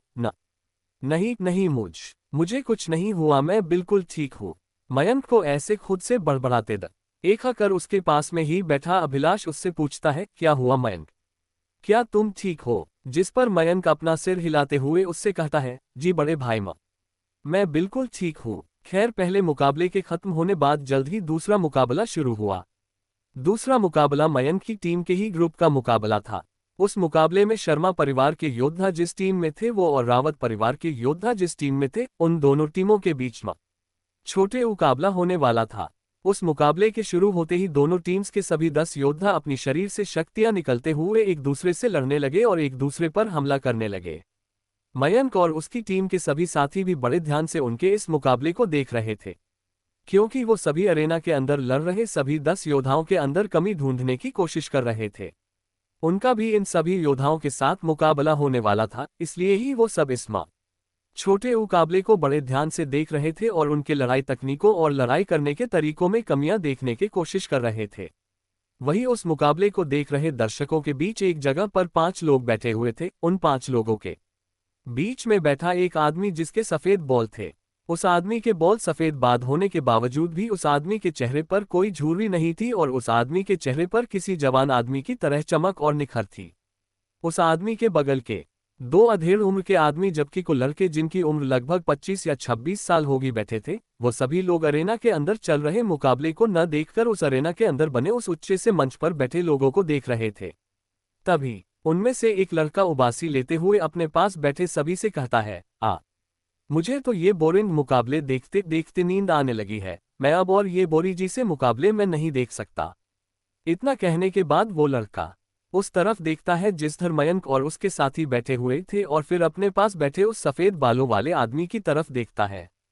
जिसके बाद वो उनसे एक बार फिर कहता है, वरिष्ठ, हम यहाँ पर जिस काम के लिए आए थे, जल्दी से उस काम को खत्म करते हैं और वापस चलते हैं ना। उस लड़के की बात सुनकर पास में बैठा अधेड़ उम्र का आदमी उस लड़के की तरफ देखते हुए उससे कहता है, हम यहाँ पर वही कर रहे जो हमें करने के लिए यहाँ पर भेजा गया है, इसलिए तुम बस चुप रहकर इन मुकाबलों को देखो। उस आदमी की बात सुनकर वो लड़का चुप हो जाता है और एक बार फिर से इस तरफ देखने लगता है जिधर मयंक बैठा हुआ था। जिसके बाद वो खुद से कहता है, मुझे ये तो नहीं पता कि तुम्हारा उनके साथ में क्या रिश्ता है, लेकिन तुम बहुत लकी हो जो वो तुम्हारे लिए इतना प्रोटेक्टिव है। वही अरेना के अंदर चल रहा मुकाबला अब अपने अंतिम चरम पर आ गया था। वो मुकाबला और कुछ देर चलता है, जिसके बाद वो मुकाबला खत्म हो जाता है। उस मुकाबले को रावत परिवार के योद्धाओं वाली टीम ने जीत लिया था। उस मुकाबले के खत्म होने के कुछ देर बाद अगला मुकाबला शुरू होता है। उस मुकाबले के शुरू होते ही सभी योद्धा एक दूसरे पर अपने हथियारों की मदद से शक्तिशाली और ताकतवर हमले करने लगे, जिसके परिणाम स्वरूप उस मुकाबले को लड़ रहे सभी योद्धाओं की शक्तियां जल्द ही समाप्त हो जाती है और वो मुकाबला भी खत्म हो। 3 मुकाबलों के खत्म हो जाने के बाद इस अरेना के अंदर अगले मुकाबले का ऐलान होता है, जो कि मयंक की टीम का होने वाला था। अपनी बारी आते ही मयंक और उसके साथी अपने जगह से खड़े होते हैं और चलते हुए अरेना के अंदर आ जाते हैं। उनके अरेना के अंदर आने के बाद 5 और योद्धा उस अरेना के अंदर आते हैं। उन योद्धाओं में से 4 लड़के जबकि एक लड़की थी जिसने अपने हाथों में एक काले रंग का हंटर पकड़ा हुआ था। अरेना के अंदर आने के बाद वो सभी मयंक और उसकी टीम के सामने आकर खड़े हो जाते हैं, क्या होगा आगे इस प्रतियोगिता में? क्या मयंक और उसकी टीम जीत दर्ज करेंगे फाइनलिस्ट के अपने पहले मुकाबले में और बना पाएगी अपना जगह टॉप 10 योद्धाओं में? आखिर कौन है वो 5 लोग और किसके कहने पर आए हैं यहाँ पर मयंक की रक्षा करने के लिए? कहानी में आगे जानने के लिए सुनते रहिए Mayank avatar of new lord सिर्फ और सिर्फ द नॉवल एक्सप्लेन चैनल पर। ISO 35 मयंक और उसकी टीम ने अपना पहला मुकाबला जीत लिया। 3 मुकाबलों के खत्म हो जाने के बाद अगला मुकाबले का ऐलान हुआ जो मयंक और उसकी टीम का था। अपनी बारी आते ही सभी लोग अपने जगह पर खड़े हुए और अरेना के अंदर जाने लगे। सभी जा ही रहे थे कि उन्होंने देखा केशव अपने पास बैठी लड़की के गालों पर हाथ रखता है और उसकी बड़ी बड़ी आंखों में देखते हुए उससे कहता है, पल्लवी तुम देखती रहना कैसे मैं सबको हारता हूं। केशव की बात सुनकर पल्लवी अपनी बड़ी और खूबसूरत आंखों की पलकों को झपकते हुए हाँ में अपना सिर हिलाती है और केशव से अपनी पतली लेकिन यकीन से भरी आवाज में कहती है, हाँ बिल्कुल मैं देखूंगी तुम्हारे इस मुकाबले को। पल्लवी से इतना कहने और उसकी बात सुनने के बाद केशव वहां से मुड़ता है और अपने आगे चल रहे अपने सभी साथियों के साथ अरेना के अंदर आ जाता है। उनके अरेना के अंदर आ जाने के बाद 4 लड़के और उनके साथ एक लड़की अरेना के अंदर आते हैं। उन सभी लड़कों और उस लड़की की उम्र लगभग 20 से 25 साल के बीच थी। उन सभी लड़कों ने अपने अपने हाथों में अपने हथियार जबकि उस लड़की ने अपने हाथ में एक काले रंग का हंटर पकड़ा हुआ था। सभी योद्धाओं के अरेना में आ जाने के बाद मुकाबले को शुरू करने का ऐलान होता है। मुकाबला शुरू होते ही उस दूसरी टीम सभी योद्धाओं ने अपने शरीर से तेज रफ्तार में शक्तियां निकालना शुरू कर दिया। उन सब की शक्तियां उनके शरीर से बाहर निकलते ही वहां अरेना के अंदर उनकी शक्तियों से निकल रहा शक्तिशाली और खतरनाक और फैल जाता है। उन सभी के शरीर से निकल रहे शक्तियों के ऑरा को महसूस कर मयंक हैरान होते हुए मन ही मन कहता है, बाप रे इन सब के शरीर से निकल रही ये शक्तियां तो सच में बहुत ज्यादा है। जिसके बाद वो इस लड़की और एक लड़के को देखते हुए एक बार फिर कहता है, इन दोनों की शक्तियां तो लगभग अभिलाष भाई जितनी है। मयंक जिन दोनों की शक्तियों के बारे में कह रहा था वो वही लड़की और दूसरा एक लड़का था। उन दोनों की ही शक्तियां चक्रीय लेवल -3 पर थी, जबकि बाकी के बचे 3 योद्धाओं की शक्तियां अभी चक्रीय लेवल -2 पर ही थी। उन सभी योद्धाओं की शक्तियों को महसूस करने के बाद अभिलाष अपने चेहरे पर एक गंभीरता लाते हुए सबसे कहता है, आज हमारा इस प्रतियोगिता के फाइनल में पहला मुकाबला है, इसलिए हम सबको ध्यान से और एक दूसरे का साथ देते लड़ना होगा। जिसके बाद वो थोड़ी देर रुकता है, जिसके बाद वो सबको देखते हुए फिर से कहता है, भले ही हमने एक साथ मिलकर बहुत ज्यादा प्रैक्टिस किया है लेकिन फिर हमें इस बात का ध्यान रखना होगा कि हम ये मुकाबला न हारे। अभिलाष की बात सुनकर सभी अपना सिर हाँ में हिलाते हुए एक साथ उससे कहते हैं, हम ये मुकाबला जीतेंगे। ये कहने के बाद वो सब भी अपनी शक्तियों को अपने शरीर से बाहर निकलना शुरू कर देते हैं। उन सभी के ऐसा करते ही वहां पर फैला उन योद्धाओं के शक्तियों का ऑरा एक पल में खत्म हो गया और उन सबको अभिलाष, श्रीनिवास और केशव के शक्तियों के ऑरा से निकल रहा प्रेशर महसूस होने लगा। उनके शरीर से निकल रहा शक्तियों का ऑरा पूरे अरेना में चारों तरफ फैल जाती है। उन युवा योद्धाओं के शरीर से निकल रहे शक्तियों के इतने शक्तिशाली ऑरा को देखकर उस मुकाबले को देख रहे लोगों के बीच बातें शुरू हो जाती है। एक दमी उत्साह के साथ अपने पास बैठे एक आदमी से कहता है, अरे भाई देखो तो जरा अरेना के अंदर उन लड़कों के शरीर से कितनी ज्यादा शक्तियां निकाल रही है, काश मैं भी उनके जितना शक्तिशाली होता। उस आदमी की बात सुन न कर वो दूसरा आदमी इस पहले आदमी से हंसते हुए कहता है, हाँ क्या कहा तुमने, तुम उन सब के जितना शक्तिशाली होना चाहते हो, तुम्हारी ये बात सच में बहुत ही ज्यादा हास्यास्पद है। उस दूसरे आदमी को ऐसे खुद का मजाक उड़ाते देखकर वो पहला आदमी उससे पूछता है, तुम मेरे ऊपर ऐसे है क्यों रहे हो, मैंने तो बस उनके जितना शक्तिशाली होने की ही बात तो कही है। जिस पर वो दूसरा आदमी उसको बोलता है, क्योंकि उनके जैसा ताकतवर और शक्तिशाली होने के लिए हम जैसे आदमियों के अंदर टैलेंट और रिसोर्स का होना बहुत जरूरी है, जो हमारे पास बिल्कुल भी नहीं है। रिसोर्स के कमी के कारण ही तो तुम अभी तक मार्शल आर्ट्स लेवल -8 पर ही अटके हुए हो और अपने लेवल को आगे नहीं बढ़ा पा रहे हो, इसलिए तुम्हें ऐसे सपने नहीं देखने चाहिए। उस आदमी की ये बात सुनकर वो पहला आदमी एक बार फिर उससे कहता है, अरे अगर टैलेंट ही चाहिए होता तो वो लड़का देख रहे हो उसको, वो कभी भी इतना शक्तिशाली नहीं होता। वो आदमी अरेना के अंदर खड़े मयंक की ओर इशारा करते हुए उस दूसरे आदमी से कहता है, तुम देख रहे हो उस लड़के को, उसका नाम मयंक है और वो साहनी परिवार से संबंध रखता है। मैंने लोगों को ये कहते हुए सुना है कि उस लड़के के पास कोई टैलेंट नहीं था और वो लड़का एक नंबर का नकारा था। मैंने सुना है कि उस लड़के के पास कोई साधना का आधार भी नहीं था, लेकिन तुम आज ये देख सकते हो कि उस लड़के की शक्तियां हमसे कितनी ज्यादा है। जिस पर वो दूसरा आदमी उस पहले वाले आदमी से कहता है, हाँ सुना तो मैंने भी है उस लड़के के बारे में कि उसके पास कोई शक्तियां या फिर साधना का आधार कुछ नहीं था, लेकिन फिर भी वो लड़का इतना शक्तिशाली बन गया है। वही उस अरेना के अंदर बने उस ऊंचे मंच पर बैठे उन बूढ़े आदमियों ने जब मयंक को देखा तब उनकी आंखों में चमक आ गई और वो बूढ़ा आदमी जिसने मयंक की जानकारी निकलने को कहा था, वो आदमी अरेना के अंदर खड़े मयंक को अपनी चमकती हुई आंखों से देखते हुए कहता है, आज हमने तुम्हारे बारे में बहुत कुछ सुना है, इसलिए चलो देखते हैं कि तुम कितने काबिल हो। इतना कहने के बाद वो बूढ़ा आदमी मुस्कुराते हुए अपने पास बैठी उस औरत को देखता है जिसने अभी भी अपनी आंखें बंद कर रखी थी और बस चुपचाप बैठी हुई थी। वही अरेना के अंदर सभी 10 योद्धा अपने अपने हथियारों को निकाल चुके थे और एक दूसरे के सामने खड़े होकर एक दूसरे को देखे जा रहे थे। एक दूसरे को देखते देखते ही वो सभी लड़ना शुरू कर देते हैं और अपने अपने हथियारों से एक दूसरे पर हमला करना शुरू कर देते हैं।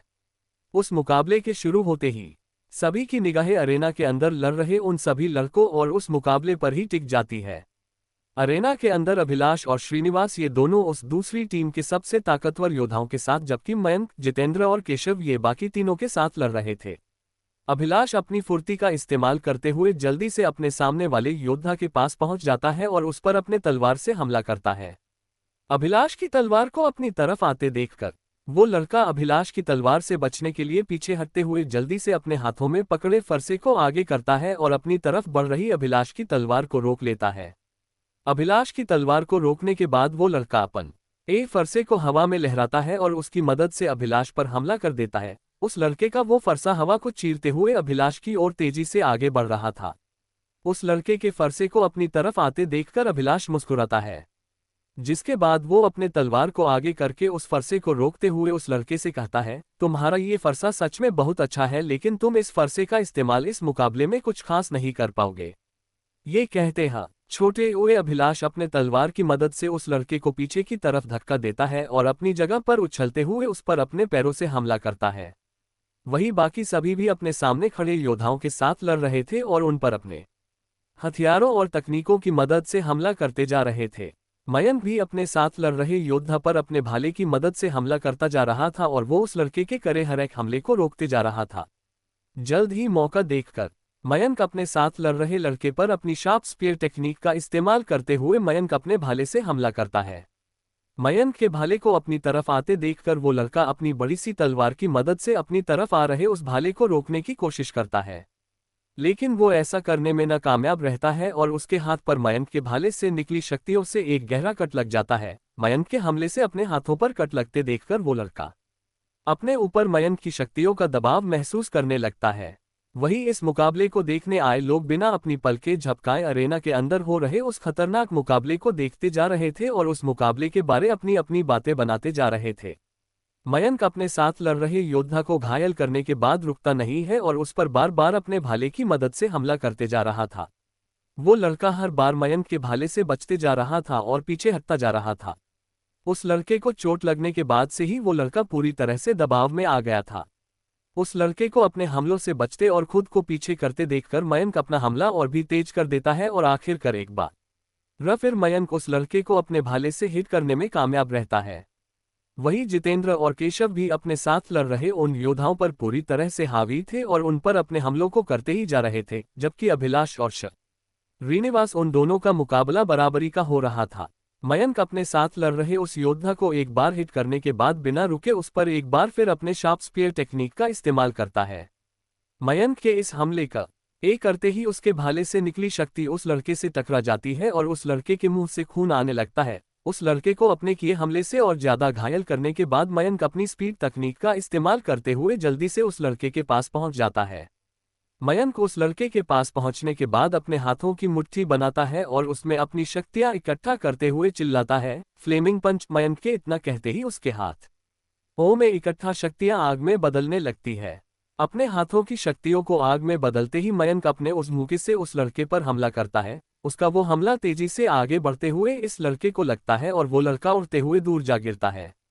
उस लड़के के गिरते ही मयंक एक बार फिर अपनी स्पीड तकनीक का इस्तेमाल करता है और तेजी आगे बढ़ते हुए उस लड़के के पास पहुंचकर अपना भाले का नोक उस लड़के को ओर कर देता है। मयंक ने अपने साथ लड़ रहे उस लड़के को हरा दिया था। मयंक को इतनी जल्दी अपने विरोधी को हराते और उसको जीतते देखकर उसके टीम के सभी योद्धाओं के अंदर अब एक अलग ही जुनून भर जाता था। अभिलाष, श्रीनिवास, केशव और छोटी जितेंद्र चारों भी अब बिना रुके अपने साथ लड़ रहे उन योद्धाओं पर हमला करने लगते हैं और फिर देखते ही देखते पहले केशव फिर जितेंद्र भी अपने साथ लड़ रहे योद्धाओं को हरा देते हैं। केशव और जितेंद्र को भी जीतते एक आकर अभिलाष अपनी फुर्ती का इस्तेमाल करते हुए एकदम उस लड़के के पास चला जाता है और उस पर अपने मुक्के से हमला करता है। अभिलाष का वो मुक्का उस लड़के को लगता है, वो भी नीचे जमीन पर गिर जाता है। अपने टीम का सभी 4 लड़कों को हारते देखकर वो लड़की भी अब रुक जाती है और श्रीनिवास से अपना हार मान लेती है। मयंक और उसकी टीम अपना पहला मुकाबला जीतने के बाद क्या करेंगे आगे, आखिर किसके साथ होने वाला है उनका अगला मुकाबला? क्या मयंक और उसकी टीम अपना अगला मुकाबला भी जीत जाएगी या फिर करना होगा उनको हार का सामना? क्या होगा आगे इस रोमांचक अकेडमी प्रतियोगिता के अंदर? कहानी में आगे जानने के लिए सुनते रहिए Mayank, avatar of new lord, सिर्फ और सिर्फ द नॉवल एक्सप्लेनर चैनल पर। एपिसोड 36। मयंक की दिल की धड़कनें तेज हो गई। मयंक ने जब अपने साथ लड़ रहे लड़के को हराया तब सभी के अंदर एक अलग ही जुनून सा आ गया और खते ही देखते जितेंद्र और केशव ने भी अपने साथ लड़ रहे उन योद्धाओं को हरा दिया। उन तीनों के अपने साथ लड़ रहे योद्धाओं के हराने के बाद अभिलाष ने अभी अपने साथ लड़ रहे उस योद्धा को हरा दिया, जिसके बाद वो सभी श्रीनिवास को देखने लगे। श्रीनिवास और उस लड़की के बीच हो रहे मुकाबले के दौरान उन दोनों ने ही अपनी पूरी शक्तियों का इस्तेमाल किया था और एक दूसरे को जबरदस्त टक्कर दी थी। लेकिन जब उस लड़की ने देखा कि उसके टीम के सभी योद्धा सामने वाली टीम से हार गए तब वो लड़की भी रुक गई और उसने अपनी हार मान ली। क्योंकि मयंक और बाकी सभी ने पहले ही अपने साथ लड़ रहे लड़कों को हरा दिया था, इसलिए जब उस लड़की ने भी अपनी हार मान ली तब मयंक और उसकी टीम ने उस मुकाबले को जीत लिया था। वही उस मुकाबले को देख रहे सभी लोग हैरान थे। इसकी वजह ये थी क्योंकि मयंक और उसकी टीम बहुत ही कम समय में जीत गई थी और उन्होंने इस मुकाबले को 15 मिनट से भी कम समय में खत्म कर दिया था। उस मुकाबले को इतनी जल्दी खत्म होते देखकर उस मुकाबले को देख रहे सभी लोग हैरान थे। उन्हें ये विश्वास नहीं हो रहा था कि फाइनल का कोई मुकाबला इतनी जल्दी खत्म कैसे हो सकता था।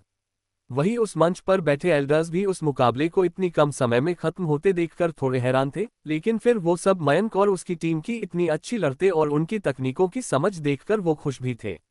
इसलिए उनमें से वो अधेड़ उम्र का आदमी जिसने मयंक की जानकारी निकाली थी, वो अपने पास बैठे दोनों बूढ़े आदमियों की तरफ देखते उनसे कहता है, वरिष्ठ ओम और कारा, लगता है इस बार हमें यहाँ से बहुत ही अच्छे और शक्तिशाली योद्धा मिलने वाले हैं। उस आदमी की बात सुनकर वो दोनों बूढ़े आदमी जिनका नाम ओम और कारा था और जो हायर एकेडमी से आए हुए ग्रेट एल्डर्स थे, वो दोनों मुस्कुराते हुए उस अधेड़ उम्र के आदमी से कहते हैं, तुमने ठीक कहा भद्रा, लगता है हमें इस बार कुछ ज्यादा ही ताकतवर और शक्तिशाली योद्धा मिलने वाले हैं, इसलिए अब की बार हम बहुत अच्छा करेंगे और अगर ऐसा हुआ तो हो सकता है कि तुम्हें भी एक एल्डर बना दिया जाए। उन दोनों बूढ़े आदमियों की बात सुनकर उस अधेड़ उम्र के आदमी के चेहरे पर बेइंतहा खुशी नजर आने लगी। खैर, मयंक और उसकी टीम ने अपना मुकाबला जीत लेने के बाद एक बार उस मंच की तरफ देखा जहां पर वो सभी एल्डर्स बैठे हुए थे, जिसके बाद उन्होंने उधर देखते हुए ही अपने सर झुकाए और फिर उस मैदान से चलते हुए बाहर निकल आए। उस अरेना से बाहर निकलने के बाद वो सभी एकेडमी के अंदर एक कमरे में आ जाते हैं। वो सभी यहाँ इसलिए आ गए थे क्योंकि आज के सभी मुकाबले समाप्त हो चुके थे और बाकी मुकाबले कल होने वाले थे। खैर, वहां आने के बाद वो सभी वहीं पर शाम तक रुकते हैं और अपनी खत्म हो चुकी शक्तियों को रिकवर करने के लिए ट्रेनिंग करते रहते हैं। शाम के समय वहां उनके पास नीरज आता है। उसने अपने हाथों में एक डब्बा ले रखा था। वो डब्बा बहुत बड़ा तो नहीं था, लेकिन सभी को उसमें से एक जानी पहचानी महक को महसूस कर पा रहे थे। इसलिए ही वो सब नीरज से पूछने की कोशिश करते हैं, लेकिन नीरज उन्हें कुछ न बताते हुए बस वो डब्बा उन्हें दे देता है और उनसे कहता है, तुम सब खुद ही चेक कर लो। नीरज मयंक का बॉडीगार्ड था, इसलिए ही वो अक्सर मयंक से साथ ही रहता था। मयंक के साथ रहने की वजह से सभी लोग उसको अच्छे से पहचानते और जानते थे। नीरज से वो डब्बा लेने के बाद वो सभी उत्सुक थे ये जानने के लिए कि आखिर उस डब्बे में क्या चीज है, इसलिए ही अभिलाष बिना देरी किए उस डिब्बे को खोलता है। उस डिब्बे को खोलने के बाद उसके अंदर रखी चीज को देखकर सभी के चेहरे पर एक बड़ी सी मुस्कान आ जाती है और वो सभी बहुत ज्यादा खुश नजर आने लगाते हैं। उन सभी के खुश होने की वजह थी उस डब्बे के अंदर रखी 10 छोटी छोटी बोतल, जिनके अंदर हल्के पीले रंग का लिक्विड भरा हुआ था। उस डब्बे के अंदर लिक्विड से भरे उन 10 बोतल को देखकर सभी लोग लगभग चिल्लाते हुए एक साथ बोलते हैं, एनर्जी फ्लूइड की 10 बोतल, क्या ये हमारे लिए है? जिस पर नीरज उनसे कहता है, हाँ ये एनर्जी फ्लूइड की बोतल तुम सब के लिए ही है, जो मुझे एल्डर रविंद्र ने दिया तुम सबको देने के लिए। तो उस पर श्रीनिवास नीरज की तरफ देखते हुए उससे बोला, क्या ये एल्डर रविंद्र ने दिया है, लेकिन ये तो बहुत महंगा होगा ना। तब नीरज उन सबको बताता है, नहीं नहीं, ये सभी लिक्विड की बोतल एकेडमी की तरफ से मिला है ताकि तुम सब अपनी चोटों को जल्दी से जल्दी रिकवर कर सको। तो मयंक उससे पूछता है, लेकिन जितना मुझे पता है उस हिसाब से ये लिक्विड की बोतल किसी को तभी मिलती है जब किसी को चोट लगी होती है। हाँ तुमने ठीक कहा, लेकिन तुम्हें ये नहीं भूलना चाहिए कि ये फाइनल चरण है, जिसमें सभी टीम्स को हर रोज अपना मुकाबला लड़ना होगा। इसलिए ही ये बोतल सभी फाइनलिस्ट को दिया जाता है ताकि वो सभी जल्दी से ठीक हो सके और अपने अगले मुकाबले के लिए तैयार हो सके, नीरज कहता है। खैर उस एनर्जी फ्लूइड की बोतल को लेने के बाद सभी ने बिना देरी किए एक एक बोतल को पी लेते हैं। उस लिक्विड को पीते ही उन सभी को अपने अंदर शक्तियां बहुत ही तेजी से बढ़ती हुई महसूस होती है और उन सभी को अपने अंदर बदलाव महसूस होने लगती है। अपने अंदर हो रहे उन बदलावों को महसूस करने के बाद वो सभी वही पालती मारकर साधना की मुद्रा में बैठ जाते हैं और पी हुई उस एनर्जी फ्लूइड की शक्तियों को निखार कर अपने शरीर के अंदर भरने लगते हैं। मयंक और बाकी सभी को उस एनर्जी फ्लूइड की शक्तियों को निखरते हुए पूरी रात बीत जाती है। उन सभी ने उन्हें मिली सभी 10 बोतल को आपस में बराबरी से बांट लिया था। जब अगली छोटे उबह हुई तब उन सभी ने अपनी आंखें खोली और देखा तो सुबह हो चुकी थी। सभी लोग उठाने के बाद अपने शरीर के अंदर की शक्तियों को बढ़ा हुआ महसूस कर पा रहे थे। उस एनर्जी फ्लूइड को पीने और उसके अंदर की शक्तियों को निखारने के बाद उन सभी की शक्तियां पहले से बहुत ज्यादा बढ़ गई थी। खैर सभी लोग अपनी बढ़ी हुई उन शक्तियों को देखकर बहुत ज्यादा खुश थे। अपनी बढ़ी हुई शक्तियों को चेक करने के बाद वो सभी उस कमरे से निकलते हुए बैटल अरेना की तरफ चले जाते हैं। आज उनका फाइनल चरण में दूसरा मुकाबला था जो कि शर्मा परिवार के योद्धाओं वाली टीम के साथ था। उन्होंने अपना पहला मुकाबला जीत लिया था और आज उन सबका दूसरा मुकाबला था। जब वो सभी बैटल अरेना पहुंचे तब उन्होंने देखा वहां पर पहले से बहुत ज्यादा भीड़ लगी हुई थी और लोग तेजी से चलते हुए बैटल अरेना की तरफ ही जा रहे थे। इस दौरान उन्होंने देखा कि साहनी परिवार के लोग पहले से ही वहां अरेना के अंदर मौजूद है। उन्हें वहां पर देखकर मयंक, अभिलाष और बाकी सब उनके पास चले जाते हैं। वहां जाने के बाद उन सब ने देखा कि वहां पर पहले से ही अर्पिता, विनीता और उनके साथ 2 और लड़कियां बैठी हुई थी। उन दोनों लड़कियों को ध्यान से देखने के बाद सभी ने उन दोनों लड़कियों को पहचान लिया। ये दोनों लड़कियां वही दोनों लड़कियां थी जो कल मुकाबले में अर्पिता और विनीता के साथ मिलकर लड़ी थी। वो दोनों लड़कियां वहां परिवार विशाखा और मंगोल परिवार की सिया थी। उन्होंने अपना पहला मुकाबला जीत लिया था और आज उनका कोई मुकाबला नहीं था, इसलिए ही वो सब यहाँ पर अर्पिता और विनीता के साथ आ गई थी। जब मयंक, अभिलाष और बाकी सब वहां पर पहुंचे तब अभिलाष ने अपने सभी साथियों को एक दूसरे से मिलवाया और फिर सभी लोग जाकर कुर्सियों पर बैठ गए। उनके साथ साथ मयंक भी जाकर एक कुर्सी पर बैठ गया और इन सब को बातें करते हुए सुनने लगा। मयंक के बैठने के बाद विनीता भी मयंक के पास गई और उसके बगल वाली कुर्सी पर जाकर बैठ गई। मयंक ने जब विनीता को अपने पास आकर बैठते देखा तब अचानक से ही उसकी दिल की धड़कन तेज होने लगी और उसको अपनी सांसें फूलती हुई महसूस होने लगी। मयंक को उस समय कुछ समझ में नहीं आ रहा था, इसलिए वो लंबी लंबी सांसें लेने लगा। मयंक को ऐसे तेजी से लंबी सांसें लेते देखकर विनीता ने पहले उसको एक बार देखा और फिर उसका हाथ पकड़ते हुए उससे पूछी, मयंक क्या तुम ठीक हो? तुम ऐसे लंबी और गहरी सांसें क्यों ले रहे हो? विनीता के मयंक के हाथों को पकड़ते ही मयंक को बिजली के झटका लगने जैसा महसूस होता है और उसकी दिल की धड़कन और भी तेज हो जाती है। विनीता के स्पर्श से अपने शरीर के अंदर आ रहे इतने बदलाव देखकर मयंक मन ही मन कहता है, अरे यार ये मुझे क्या हो रहा है? मैं विनीता के स्पर्श से मेरी दिल की धड़कन इतनी तेज कैसे हो गई और ये झटका, ये क्या था? मयंक को उस समय कुछ समझ में ही नहीं आ रहा था कि उसके साथ ये क्या हो रहा था, इसलिए वो विनीता के हाथों से अपना हाथ छुड़ाते हुए उससे अपनी लड़खड़ाती हुई आवाज में कहता है, माँ, मैं ठीक हूँ, मुझे कुछ नहीं हुआ। विनीता से ये कहते हुए मयंक की दिल की धड़कन बहुत तेज हो गई थी। उसका पूरा शरीर धीरे धीरे गर्म होने लगा और उसी के साथ उसका पूरा चेहरा भी लाल पड़ गया था। मयंक को ऐसे खड़ाती हुई आवाज में बोलते और उसको ऐसे अजीब व्यवहार करते देखकर पहले तो किसी को कुछ समझ में नहीं आया, लेकिन फिर वो सभी लोग ठहाके मारकर हंसने लगे। इन सभी को मयंक के ऊपर ऐसे हंसते देखकर विनीता भी अपना सिर नीचे करते हुए मुस्कुराने लगती है। खैर ऐसे ही धीरे धीरे समय बीतता रहा और अरेना के अंदर लोग आते रहे, जिसके बाद आखिर वो समय आया जिसके लिए वो सभी लोग यहाँ इस अरेना के अंदर आए थे, यानी मुकाबला शुरू करने का समय। समय होते ही पहले मुकाबले को शुरू किया जाता है, जो कि दूसरे ग्रुप यानी अर्पिता और विनीता की टीम के ग्रुप का मुकाबला था। उस मुकाबले के शुरू होने के बाद बहुत देर तक वो मुकाबला चलता रहा। जब वो मुकाबला खत्म हुआ तब उस दिन के अगले मुकाबले का ऐलान हुआ, जो कि किसी और का नहीं बल्कि मयंक और उसकी टीम का था।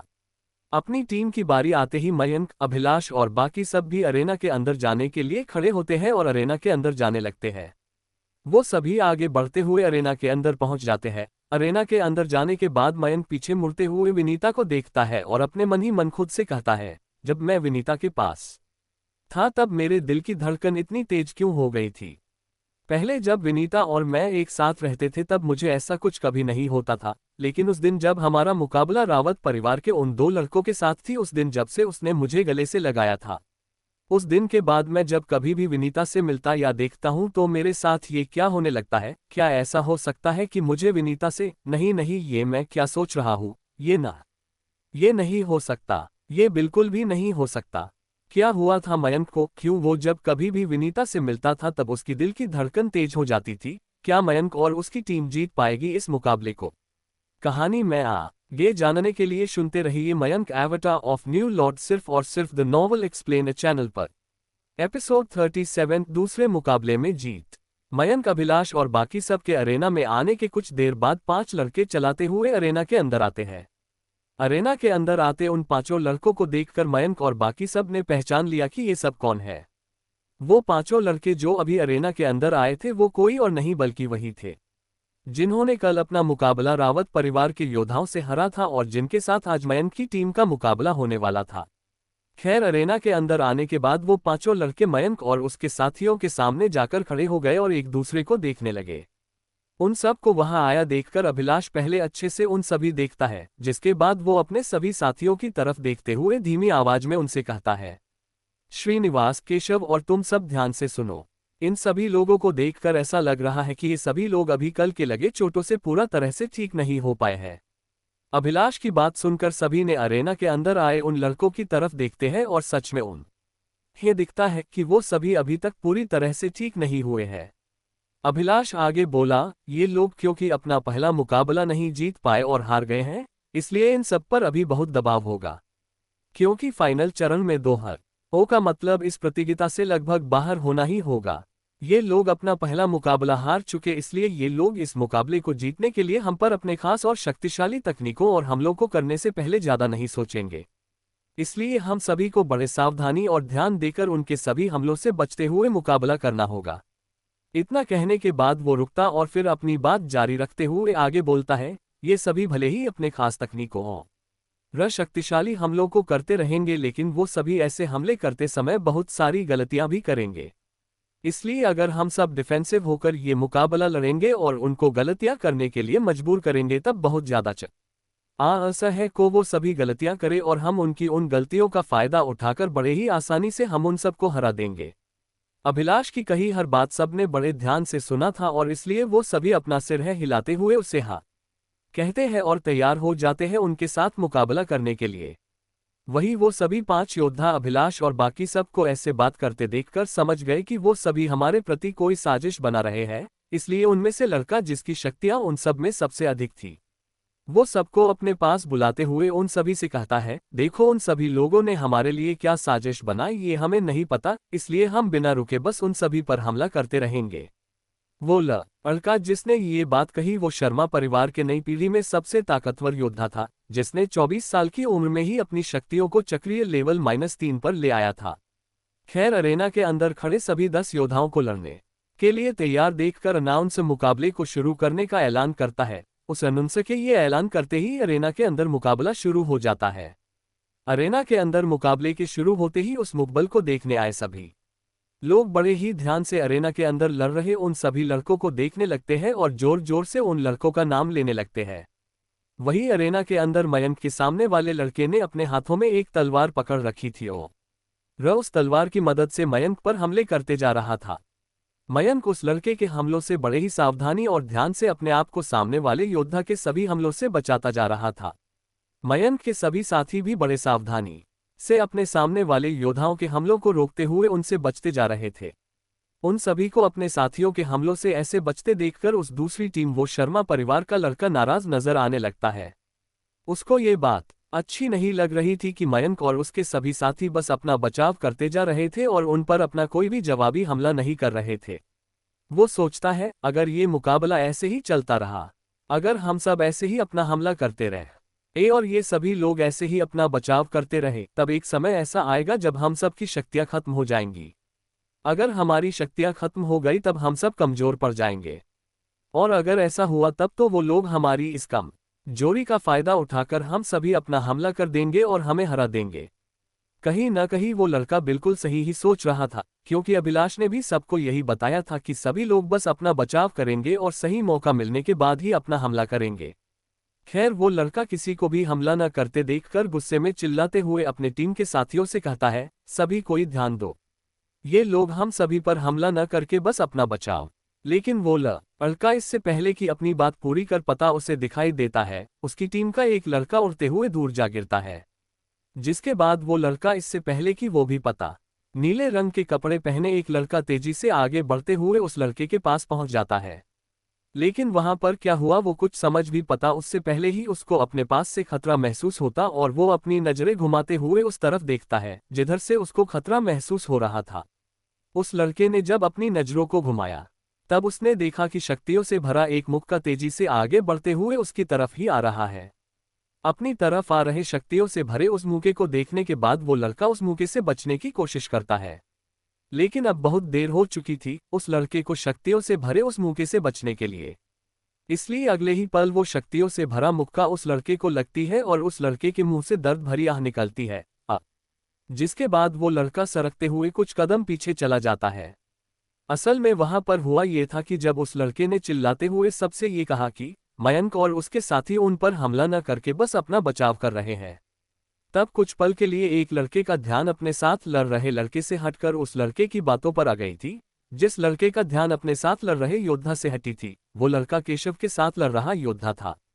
केशव ने जब देखा कि उसके साथ लड़ रहे उस लड़के का ध्यान उस पर से भटकते देखा, तब उसने इस बात का फायदा उठाते हुए अपने तलवार की मदद से उस लड़के पर हमला कर दिया। और क्योंकि उस लड़के का ध्यान केशव पर नहीं था, इसलिए केशव की वो तलवार सीधे जाकर उस लड़के को लगा और वो लड़का उड़ते हुए दूर जा गिरा। उस लड़के के गिरने के तुरंत बाद ही केशव बिना देरी किए तेजी से आगे बढ़ते हुए उस लड़के के पास पहुंच जाता है, तब आकि वो उस लड़के पर अपना आखिरी मूव कर सके और उस लड़के को हरा सके। लेकिन इससे पहले कि केशव अपना आखिरी मूव उस लड़के पर कर पाता, वो लड़का अपने हथियार को बीच में ला देता है और वो केशव के हमले को रोक लेता है। केशव और उस दूसरे लड़के के बीच हुई इस घटना को देखकर उस पहले वाले लड़के का ध्यान भटक गया और उस पहले लड़के के साथ लड़ रहा योद्धा जो कि श्रीनिवास था, वो अपने हाथों का मुक्का बनाते हुए तेजी से उसमें अपनी शक्तियां भरने लगता है। अपने मुक्के में अपनी शक्तियों को भर लेने के बाद वो अपने उस शक्तिशाली मुक्के से उस पहले लड़के पर हमला कर देता है, जो कि केशव और उस लड़के को देखने में लगा हुआ था। और क्योंकि उस पहले लड़के का ध्यान भी उसके मुकाबले से भटक गया था, इसलिए श्रीनिवास का वो मुक्का तेजी से आगे बढ़ते हुए उस लड़के के पास पहुंच जाता है। उस लड़के को जब तक श्रीनिवास के इस हमले का आभास होता है, तब तक बह छोटे उतना देर हो गई थी और श्रीनिवास का वो हमला उस लड़के को लग जाता है। उस लड़के को श्रीनिवास का हमला लगते ही वो लड़का घिसकते हुए कुछ कदम पीछे चला जाता है। उस लड़के को पीछे करने के बाद श्रीनिवास बिना रुके अपने दूसरे हाथ में पकड़ी तलवार को घूमना शुरू करता है और तेजी से आगे बढ़ते हुए अपने तलवार की मदद से एक बार फिर उस लड़के पर हमला करता है। लेकिन क्योंकि वो लड़का अभी तक श्रीनिवास के पहले हमले से खुद को संभाल नहीं पाया था, इसलिए ही वो श्रीनिवास के इस हमले से भी खुद को बचा नहीं पाता और एक बार फिर से वो श्रीनिवास के हमले से घायल हो जाता है। उस लड़के को घायल देखकर श्रीनिवास अपनी फुर्ती और स्पीड का इस्तेमाल करते हुए तेजी से आगे बढ़ता है और उस लड़के की गर्दन पर अपनी तलवार रख देता है। वही केशव ने जब अपने तलवार के हमले को उस लड़के के द्वारा रोकते देखा, तब वो अपनी एक खास तकनीक का इस्तेमाल करता है, जो कि उसकी एक लेग आर्ट थी, और फिर उस लड़के पर हमला कर देता है।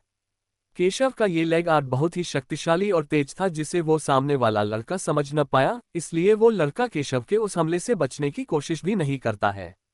उस लड़के के कोशिश न करने की वजह से केशव का वो हमला सीधे उस लड़के के सीने पर लगता है और वो लड़का वही जमीन पर गिर जाता है, जिसका फायदा उठाते हुए केशव जल्दी से अपने तलवार को भी उस लड़के के गर्दन पर रख देता है। केशव और श्रीनिवास के अपने साथ लड़ रहे उन लड़कों को हराने के बाद तो मानो बाकी सभी जानबूझकर वो मुकाबला हारने लगे और देखते ही देखते पहले जितेंद्र फिर अभिलाष ने भी अपने साथ लड़ रहे योद्धाओं को हरा दिया। जिसके बाद लगभग 5 मिनट तक वो मुकाबला चलता रहा और फिर सभी को मयंक की तेज आवाज सुनाई देती है। मयंक उस समय चिल्लाते हुए बोला, फ्लेमिंग पंच, और फिर मयंक अपने मुक्के से अपने साथ लड़ रहे उस योद्धा को मारा और उसे हरा दिया। वैसे तो श्रीनिवास या फिर कोई और अपने साथ लड़ रहे योद्धा को हराने के बाद मयंक की मदद कर सकते थे, लेकिन मयंक ने उसके लिए मना कर दिया और उसने खुद ही उस योद्धा को हराने के लिए कहा था। इसलिए ही कोई भी मयंक की मदद करने के लिए आगे नहीं गया। मयंक और उसकी टीम ने अपना दूसरा मुकाबला भी जीत लेने के बाद बैटल अरेना से निकलते हुए जाकर अपनी जगह पर बैठ गए ताकि वो सभी आगे होने वाले मुकाबलों को देख सके। मयंक भी सभी के साथ वहां पर गया और वहां जाने के बाद विनीता के पास बैठने के बजाय श्रीनिवास और जितेंद्र के पास जाकर बैठ गया। वहां पर पहले से ही रत्ना, अभिनेंद्र और पहाड़ी परिवार के बाकी लोग बैठे हुए थे। जब विनीता ने मयंक अपने आकर न बैठते देखा तब पहले तो वो थोड़ा नाराज दिखने लगी, लेकिन फिर वो कुछ सोचने के बाद मुस्कुराते हुए मयंक को देखने लगी। मयंक ने जब विनीता को खुद को देखते हुए ऐसे मुस्कुराते देखा तब उसको समझ में ही नहीं आया कि वो क्या कहे या फिर क्या करे, लेकिन फिर उसने विनीता को नजरअंदाज करके अरेना के अंदर हो रहे मुकाबले को देखने का निश्चय किया। खैर, इन सब से दूर अब अरेना के अंदर कुल 10 योद्धाओं को देखा जा सकता था। उन 10 योद्धाओं में एक लड़की और बाकी के 9 योद्धा लड़के थे। उन सभी 10 योद्धाओं के शरीर से शक्तियां निकलते हुए पूरा अरेना के अंदर फैलती जा रही थी।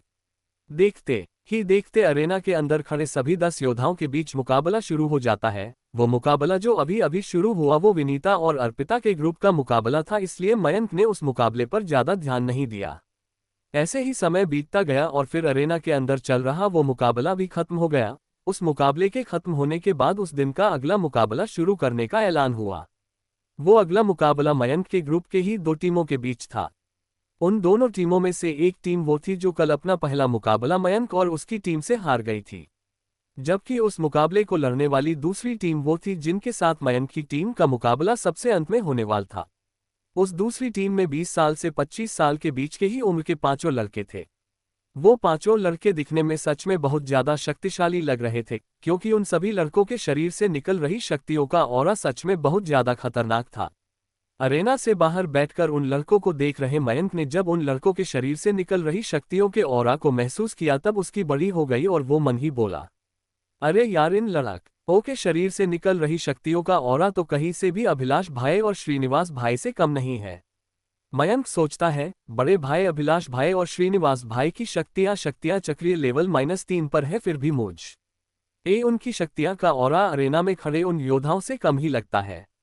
तो क्या ऐसा हो सकता है कि ये दोनों चक्रीय लेवल -3 के टॉप या फिर चक्रीय लेवल -4 में है? क्योंकि अगर ऐसा है तब तो उन्हें हराने में हम सबको बहुत ज्यादा परेशानी होगी।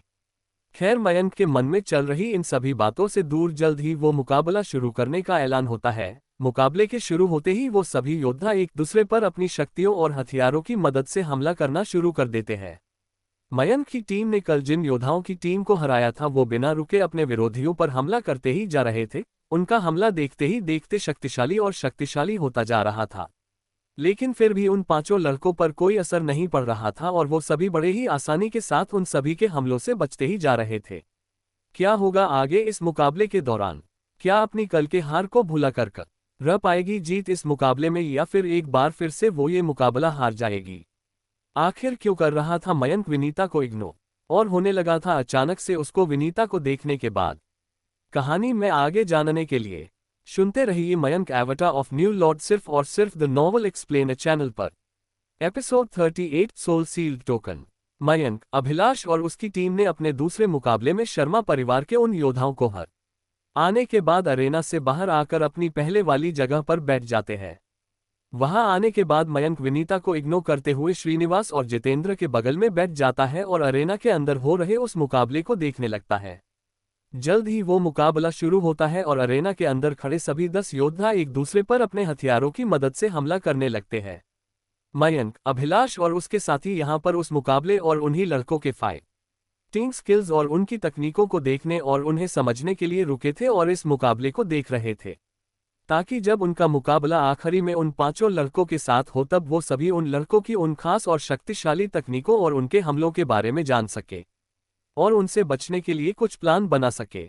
लेकिन यहाँ पर तो वो सभी 5 योद्धा अपनी पहले के ही हर मुकाबले की तरह इस मुकाबले में भी अपने बिना किसी खास तकनीक या फिर शक्तिशाली हमलों का इस्तेमाल नहीं कर रहे थे। उन्होंने अपनी खास तकनीकों और शक्तिशाली हमलों को किए बिना ही महज 20 मिनट के अंदर ही सभी को हराकर उस मुकाबले को खत्म कर दिया था। किसी को भी कुछ समझ में नहीं आ रहा था कि वो क्या कहे, क्योंकि वो मुकाबला सच में बहुत ही कम समय में खत्म हो गया था। खैर, उस दिन के सभी मुकाबलों के खत्म होने के बाद अभिलाष और बाकी सभी एकेडमी के अपने कमरे के अंदर चले जाते हैं। मयंक भी अपने कमरे में चला आता है। कमरे में जाने के बाद वो देखता है कि पहले से ही कोई उसके कमरे में उपस्थित है। मयंक अपने कमरे में जाने के बाद देखा तो उसे वहां पर एल्डर गोपाल दिखाई दिए, जो वहां पर मयंक से मिलने के लिए आए थे। एल्डर गोपाल को वहां आया देखकर मयंक बहुत खुश हुआ, लेकिन खुशी के साथ उसे थोड़ी हैरानी भी हो रही थी कि एल्डर गोपाल खुद उससे मिलने के लिए आए थे। खैर, मयंक आगे बढ़ते हुए एल्डर गोपाल के पैर छूकर पहले उनका आशीर्वाद लेता है, जिसके बाद मयंक उनसे यहां अचानक से आने का रीजन पूछता है, जिस पर एल्डर गोपाल उसको कुछ बताने की बजाय अपने पास से छोटा सा बॉक्स निकलते हुए मयंक की ओर बढ़ा देते हैं। एल्डर गोपाल को अपनी तरफ एक बॉक्स को बढ़ते देखकर मयंक को कुछ समझ में नहीं आता, इसलिए वो अपने चेहरे पर कंफ्यूजन वाले लुक के साथ उनसे पूछता है, वरिष्ठ, इस बॉक्स में क्या है? मयंक ने जब उनसे ये पूछा कि उस बॉक्स में क्या है, तब एल्डर गोपाल वो बॉक्स मयंक के हाथों में देते हुए मयंक से उस बॉक्स को खोलने के लिए कहते हैं। मयंक भी एल्डर गोपाल की बात मानते हुए उस बॉक्स को खोलता है और उसे उस बॉक्स के अंदर कुछ टोकन नजर आते हैं। मयंक ने देखा उन टोकन्स पर कुछ नक्काशी करी हुई थी जो कि एक हाथी की थी। मयंक उन टोकन्स को देखने के बाद और भी ज्यादा कंफ्यूज हो जाता है। मयंक ये तो समझ गया था कि ये टोकन्स जरूर कोई खास चीज होगा, तभी एल्डर गोपाल उस टोकन को देने के लिए खुद आए थे। लेकिन मयंक को ये समझ में नहीं आ रहा था कि ये टोकन्स किस काम आते हैं और इसका क्या इस्तेमाल है। खैर, इस बॉक्स के अंदर रखे उन टोकन्स को देखने के बाद मयंक को कुछ समझ में नहीं आया, इसलिए वो एल्डर गोपाल से इसके बारे में पूछता है। मयंक को उस बॉक्स के अंदर रखे उन टोकन्स को देखकर कंफ्यूज होते और कुछ न समझते देखकर एल्डर गोपाल पहले तो हल्के से मुस्कुराए, जिस के बाद उन्होंने मयंक को बॉक्स में रखे उन टोकन्स के बारे में बताया। एल्डर गोपाल ने मयंक को जब उन टोकन्स के बारे में बताया तब मयंक की आंखें हैरानी में बड़ी हो गई और उसके चेहरे पर बेइंतहा खुशी नजर आने लगी। एल्डर गोपाल ने मयंक को बताया कि इस बॉक्स के अंदर रखे ये टोकन्स बहुत ही ज्यादा खास है, क्योंकि ये टोकन्स कोई मामूली टोकन्स नहीं बल्कि सोल शील्ड टोकन्स है। जब एल्डर गोपाल ने मयंक को उन टोकन्स के बारे में बताया तो पहले मयंक को कुछ समझ में नहीं आया। इसकी वजह ये थी कि मयंक को सोल शील्ड टोकन नाम तो कुछ सुना हुआ लग रहा था, लेकिन उसको ये याद नहीं आ रहा था कि उसने ये नाम कहाँ पर सुना था, इसलिए वो इसके बारे में याद करने की कोशिश करने लगता है। और जब मयंक को याद आता है कि उसने के नाम कहाँ पर सुना है तब उसके चेहरे का रंग उड़ने लगता है।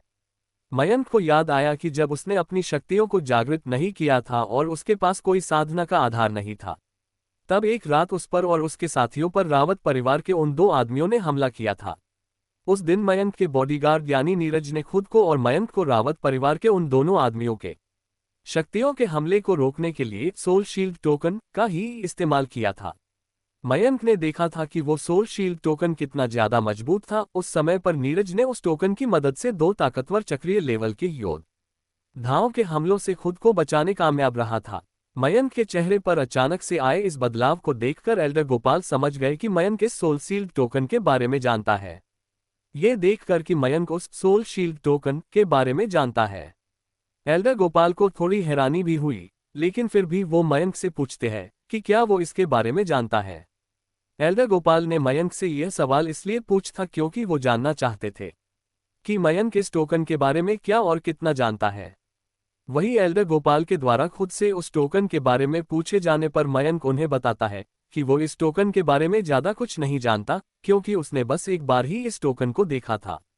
मयंक उन्हें बताता है उसने इस टोकन को तब देखा जब रावत परिवार के लोगों ने उस पर हमला किया था, तब नीरज अंकल ने उन लोगों के हमले को रोकने के लिए इसी टोकन का इस्तेमाल किया था, इसलिए मुझे इस टोकन के बारे में नहीं पता है। मयंक की कही बात को सुनकर एल्डर गोपाल समझ गए कि मयंक ने बस इस टोकन के इस्तेमाल को बस एक बार देखा है, इसका मतलब मयंक को इस टोकन के बारे में कुछ नहीं पता है। तब एल्डर गोपाल मयंक को इस टोकन के बारे में कुछ बताने का सोचते हुए मयंक के हाथों में पकड़े बॉक्स से एक टोकन निकलते हुए अपने हाथों में ले लेते हैं। जिसके बाद वो मयंक को बताना शुरू करते हुए मयंक से कहते हैं, इस टोकन को सोल सील्ड टोकन कहा जाता है। इस टोकन को तुम एक प्रकार का शक्तियों से बना हुआ कवच समझ सकते हो। हम इस सोल सील्ड टोकन की मदद से अपने आगे एक मजबूत कवच को बनाकर अपनी ऊपर हुए किसी भी हमले को रोक सकते हैं। लेकिन ऐसे सोल सील्ड टोकन को शुरू करने के लिए भी शक्तियों की जरूरत होती है। इस टोकन की मदद से एक शक्तियों का कवच बनाना बहुत ही आसान काम है। इस टोकन की मदद से एक कवच बनाने के लिए हमें बस अपनी थोड़ी सी शक्तियों को इस टोकन के अंदर भेजना होता है। हमारी थोड़ी सी शक्तियां भी इस टोकन के अंदर जाने भर से ही ये टोकन काम करना शुरू कर देता है और हमारे आगे एक सील्ड बनाने में कामयाब रहता है। मयंक को इतना बताने के बाद एल्डर गोपाल रुकते हैं, जिसके बाद वो मयंक की तरफ देखते हुए उससे कहते हैं, चलो तुम अब मुझ पर अपनी शक्तियों की मदद से हमला करो। एल्डर गोपाल के मुंह से अपने ऊपर हमला करने की बात सुनकर मयंक एक बार फिर से कंफ्यूज नजर आने लगता है और वो अपनी उसी कंफ्यूजन में उनसे पूछता है, वरिष्ठ अभी आपने क्या कहा? मैं अपनी शक्तियों से आप पर हमला करूं? तो एल्डर गोपाल मयंक को इस बात के लिए हाँ कहते हैं। उनको हाँ कहते देखकर मयंक को कुछ समझ में नहीं आया कि वो क्या करे, इसलिए वो एल्डर गोपाल की बात मानते हुए उन पर अपनी शक्तियों से हमला करने के लिए मन जाता है। जिसके बाद मयंक अपनी जगह से खड़ा होते हुए कमरे के एक कोने में चला जाता है और अपने हाथों में ढेर सारी शक्तियां इकट्ठा करने लगता है। देखते ही देखते मयंक का पूरा हाथ धुंधली शक्तियों से पूरी तरह से भर जाता है। असल में जब कोई योद्धा अपनी शक्तियों को जागृत करता है तब उसकी शक्तियों का कोई रंग नहीं होता और वो शक्तियां पूरी तरह रंगहीन होती है।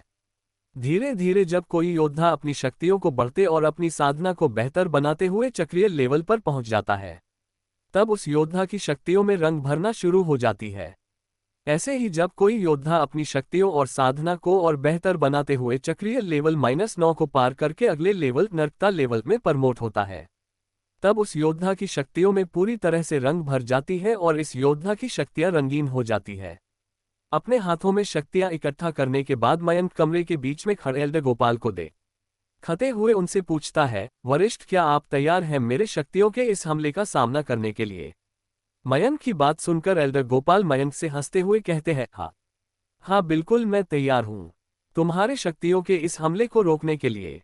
एल्डर गोपाल के इतना कहते ही मयंक अपनी हाथों में इकट्ठा की हुई शक्तियों से एल्डर गोपाल की तरफ हमला करता है और मयंक के हमला करते ही उसके हाथों में इकट्ठा हुई शक्तियां गोली का बड़ी ही रफ्तार में आगे बढ़ते हुए एल्डर गोपाल के पास पहुंच जाती है।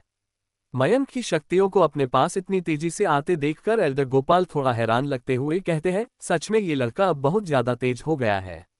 इतना कहने के बाद वो अपने हाथों में पकड़े सोल सील्ड टोकन में अपनी शक्तियां भेजते हुए उस टोकन को अपने आगे कर देते हैं। उनके उस टोकन के आगे करते ही उस टोकन से प्रकाश की हल्की किरणें निकलने लगती है और वो प्रकाश की किरणें देखते ही देखते शक्तियों में बदलकर एल्डर गोपाल के आगे एक मजबूत शक्तियों का कवच बना लेती है। मयंक के हमला की गई शक्तियां तेजी से आगे बढ़ते हुए उस टोकन की मदद से बने उस सील्ड से टकरा जाती है। उस सील से टकराते ही मयंक की वो शक्तियां वहीं पर फूटकर खत्म हो जाती है। अपने इतने शक्तिशाली हमले को बस ऐसे ही खत्म होते देखकर मयंक की आंखें हैरानी में बड़ी हो जाती है और वो लगभग चिल्लाते हुए बोला, क्या मेरी शक्तियों का वो हमला बस ऐसे ही खत्म हो गया? मयंक को अपनी आंखों पर विश्वास नहीं हो रहा था कि उसकी शक्तियों का वो हमला उस टोकन से बने सल्ट के द्वारा बस ऐसे ही रोक दिया जाएगा, और ऐसा करने में उस टोकन पर कोई खरोच तक नहीं आई थी। खैर, इस टोकन का परीक्षण करने के बाद एल्डर गोपाल मयंक को वो टोकन वापस देते हुए मयंक से पूछते हैं, तो बताओ कैसा लगा तुम्हें ये सोल सील्ड टोकन? मयंक वो अभी भी हैरान ही था उस टोकन की मदद से अपने शक्तियों के हमले को रोक जाने से। वो एल्डर गोपाल की बात सुनकर उनसे अपनी उत्साहित आवाज में उनसे कहता है, ये टोकन तो सच में बहुत ज्यादा खास है। इतना कहते कहते उसके आवाज से उसका उत्साह खत्म होता महसूस हुआ और वो अपनी सामान्य हो चुकी आवाज में उनसे कहता है, लेकिन आप ये टोकन मेरे पास क्यों लेकर आए हैं? तो एल्डर गोपाल एक बार फिर उसके पूछे सवाल का जवाब न देकर हंसते हुए मयंक से पूछते हैं, तुम्हें क्या लगता है मैं ये टोकन तुम्हारे पास क्यों लाया हूं? जिस पर मयंक उन्हें कुछ न बोलते हुए बस उन्हें और अपने हाथों में पकड़े उन टोकन को देखता रहता है। मयंक को कुछ न बोलते एक आकर एल्डर गोपाल उसको बताते हैं, ये टोकन तुम्हारे पापा ने मुझे दिया था तुम्हें देने के लिए। जैसे ही मयंक ने ये सुना कि वो टोकन उसके पापा ने भेजवाया है तब उसके आंखों में एक चमक आ गई और एल्डर गोपाल की बात आता दोहराते हुए उनसे पूछता है, क्या सच में ये टोकन में पापा ने भेजवाया है? जिस पर एल्डर गोपाल उसे इस बात के लिए हाँ कहते हैं और वो टोकन का बॉक्स मयंक को देते हुए उससे कहते हैं, तुम्हारी टीम में कुल 5 योद्धा हैं, मैंने सही कहा ना?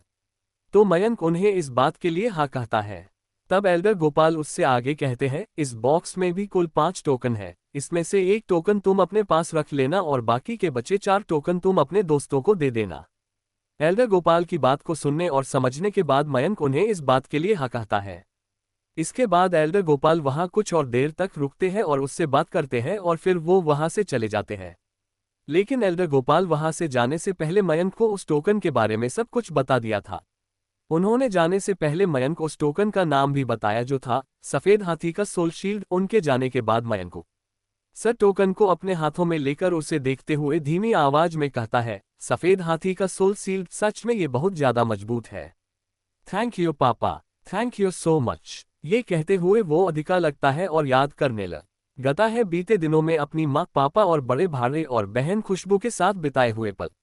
ये याद करते हुए मयंक की आंखों में अचानक से ही आंसू आने लगाते हैं, लेकिन मयंक अपने आंखों में आए उन आंसुओं को पूछते हुए खुद से ही कहता है, माँ और भैया आप दोनों जहाँ कहीं भी हो बहुत ही जल्द माँ इस प्रतियोगिता को जीतकर आपके पास ही आ रहा हूँ। तब मैं आप दोनों से पूछूंगा, क्या आप दोनों को मेरी याद नहीं? क्या आप दोनों को बहन खुशबू और पापा को याद नहीं आए? ये कहते हुए मयंक की आवाज थोड़ी भरी होती जा रही थी। वैसे तो मयंक कभी रोता नहीं था, लेकिन जब से उसको ये पता चला है कि उसकी माँ और बड़े भाई दोनों हायर एकेडमी में गए हैं तब से ही मयंक एक बात सोचता रहा है। क्या एकेडमी जाने के बाद उसकी माँ और बड़े भाई दोनों ही उससे, उसकी बहन और पापा को भूल गए हैं जो जाने के 10 साल बाद भी वापस नहीं आए? क्या होगा आगे मयंक की जिंदगी में और क्यों दिया भेजवाया था राजा किशोर ने मयंक के लिए सोल सील्ड टोकन? क्या आने वाला है मयंक पर कोई खतरा और हो गया है उन्हें उस खतरे का आभास, या फिर है कोई और वजह? सखी क्यों ये से जाने के 10 साल बाद भी नहीं आया मयंक का बड़ा भाई वापस लौटकर? कहानी में आगे जानने के लिए सुनते रहिए Mayank avatar of new lord सिर्फ और सिर्फ द नॉवल एक्सप्लेन चैनल पर। एपिसोड 39 मयंक की टीम भिड़ी रावत परिवार के योद्धाओं से। एल्डर गोपाल से सोल सील्ड टोकन लेने के बाद मयंक वही अपने कमरे पर जाकर बैठ गया, जिसके बाद वो अपने पास से 2 छोटी छोटी बोतल निकलता है। उन दोनों ही बोतल में हल्के पीले रंग का लिक्विड भरा हुआ था। उस दोनों बोतल में कुछ और नहीं बल्कि एनर्जी फ्लूइड भरा हुआ था जो उसे एकेडमी की तरफ से मिली हुई थी। खैर उन बोतल को निकलने के बाद मयंक बिना कुछ सोचे दोनों बोतल के अंदर रखा फ्लूइड पी जाता है। उस फ्लूइड को पीने के बाद मयंक अपने बिस्तर पर बैठकर मेडिटेट साधना करने लगा। धीरे धीरे समय बीतता गया और मयंक को मेडिटेट साधना करते हुए सुबह हो गई। सुबह होने के बाद मयंक अपने कमरे से निकलकर अपने दोस्तों के पास जाने लगता है। जल्द ही मयंक एक बड़े से कमरे के पास पहुंच जाता है जहां पर पहले से अभिलाष, श्रीनिवास और बाकी सब मौजूद थे। उन सभी को वहीं पर देखकर मयंक जल्दी से उनके पास जाता है। मयंक को वहां आए देखकर केश वह उसको छेड़ते हुए उससे बोलता है, मयंक तुम तो बड़े खुश लग रहे हो, रात में तुम्हारे साथ कुछ हुआ था क्या भाई? केशव की बात सुनकर मयंक अपना सिर नामे हिलाते हुए उसे मना करता है। इतने दिनों तक साथ रहने की वजह से मयंक अब अच्छे से केशव और उसकी बातों को समझने लगा था, इसलिए ही जब केशव ने मयंक से ये पूछा तब मयंक ने उसे मना कर दिया। खैर ऐसे ही वो सभी कुछ देर तक बातें करते रहते हैं और फिर वो सभी बैटल अरेना जाने का निर्णय करते हैं। वैसे तो आज उनका कोई मुकाबला नहीं था, लेकिन फिर भी वो सब बैटल अरेना जा रहे ताकि वो सभी वहां पर होने वाले आज के मुकाबले को देख सके। लेकिन वो सभी वहां से जाते उससे पहले मयंक उन सभी को रोकते हुए अपने पास से वो बॉक्स निकलता है जो उसे कल रात एल्डर गोपाल ने दिया था। मयंक को अपने पास से एक बॉक्स निकलते देखकर सभी लोग कंफ्यूज नजर आने लगाते हैं, इसलिए केशव मयांकन के पास जाते हुए उसके कंधों पर अपना हाथ रखते हुए उससे पूछता है, मयंक तुमने हम सबको क्यों रोका और तुम ये बॉक्स क्यों निकल रहे हो? क्या इसमें हमारे लिए कुछ है? मयंक से ये सवाल पूछते हुए केशव मयंक को देखकर मुस्कुराए जा रहा था और उस बॉक्स की तरफ अपना हाथ आगे बढ़ाए जा रहा था। केशव को खुद से सवाल करते देखकर मयंक मुस्कुराते हुए उस बॉक्स को खोलते हुए उसमें से टोकन निकलते हुए सबको दे देता है, जिसके बाद वो उन सभी को बताता है, कल शाम मुझसे मिलने एल्डर गोपाल आए थे। उन्होंने ये मुझे दिया और मुझसे कहा कि मैं ये टोकन तुम सबको भी दे दूं। अब मयंक के मुंह से एल्डर गोपाल का नाम सुनकर सभी को थोड़ी हैरानी हुई कि वो खुद मयंक से मिलने के लिए आए थे। असल में इतने समय से एक साथ रहने की वजह से सबको साहनी परिवार के बहुत से लोगों के बारे में पता चल गया था, इसलिए वो सभी लोग ये अच्छे से जानते थे कि एल्डर गोपाल साहनी परिवार के फर्स्ट एल्डर है। लेकिन जब उन्होंने मयंक का दिए हुए उस टोकन को देखा तब केशव और अभिलाष कंफ्यूज नजर आने लगते हैं, जैसे मयंक उस टोकन को पहली बार देखने के बाद हुआ था। जबकि मयंक के दिए उन टोकन्स को देखने के बाद श्रीनिवास और जितेंद्र के चेहरे का रंग उड़ गया था और वो दोनों पहले एक दूसरे और फिर मयंक और अपने हाथों में पकड़े उन टोकन्स को देखे जा रहे थे। उन दोनों को विश्वास ही नहीं हो रहा था कि मयंक ने उन्हें ये टोकन दिया था। उन दोनों को ऐसे हैरान देखकर केशव और अभिलाष दोनों एक साथ उनसे पूछते हैं, तुम दोनों को क्या हुआ? तुम दोनों इस टोकन को देखकर इतने हैरान क्यों हो? अभिलाष और केशव के सवाल पूछने के बाद भी वो दोनों कुछ नहीं बोलते और बस एक टक मयंक और अपने हाथों में पकड़े उस टोकन को ही देखे जा रहे थे। उन दोनों को ही ऐसे व्यवहार करते देखकर अभिलाष थोड़ा नाराज लगाते हुए उनसे फिर एक बार पूछता है, अरे तुम दोनों बताओगे कि तुम दोनों क्या हुआ?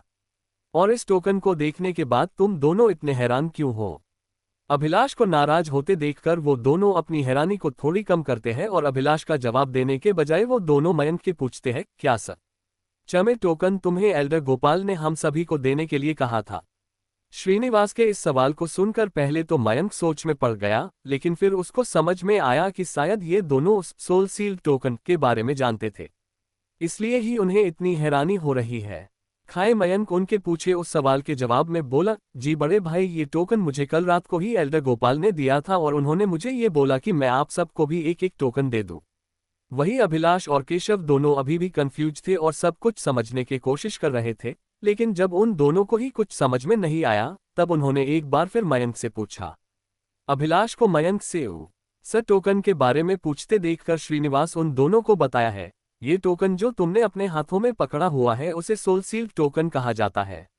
अभिलाष और केशव उन दोनों ने ही आज से पहले कभी सोल शील्ड टोकन के बारे में नहीं सुना था, इसलिए ही जब उन्होंने श्रीनिवास के मुंह से सोल सील्ड टोकन नाम सुनकर उन दोनों को कुछ समझ में नहीं आता है। उन दोनों को ही सोल सील्ड टोकन के बारे में कुछ नहीं पता था, इसलिए ही वो दोनों एक बार फिर उनसे पूछता है, अब ये सोल शील्ड टोकन क्या होता है?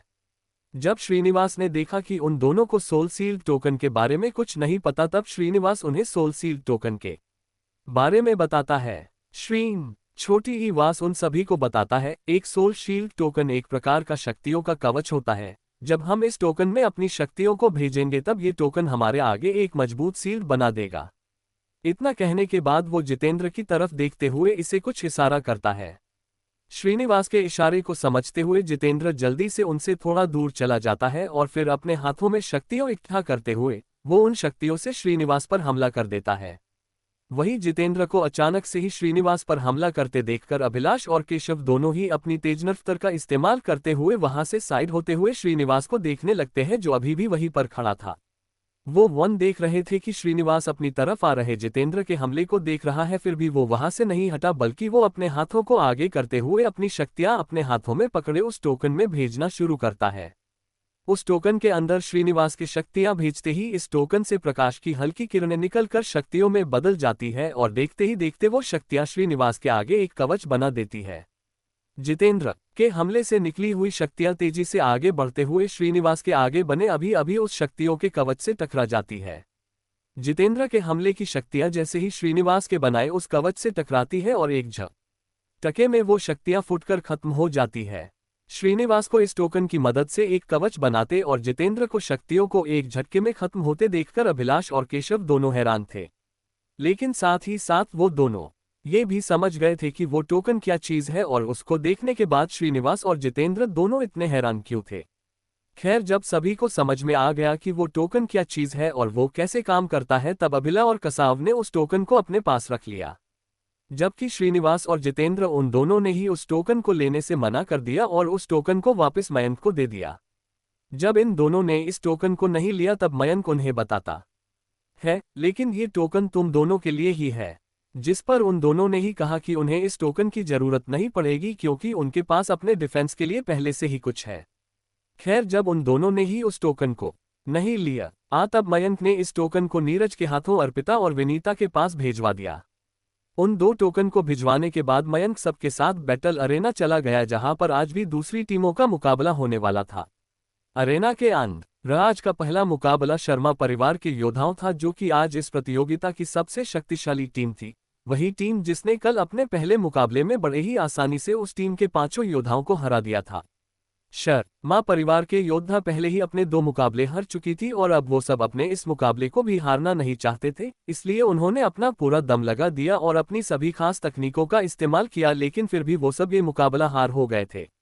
आज के दिन रावत परिवार के योद्धाओं का भी मुकाबला होने वाला था, इसलिए ही मयंक ने उस मुकाबले पर बहुत ही बारीकी से नजर बनाए रखा था, लेकिन फिर भी वो रावत परिवार के उन योद्धाओं के बारे में ज्यादा कुछ नहीं जान पाया।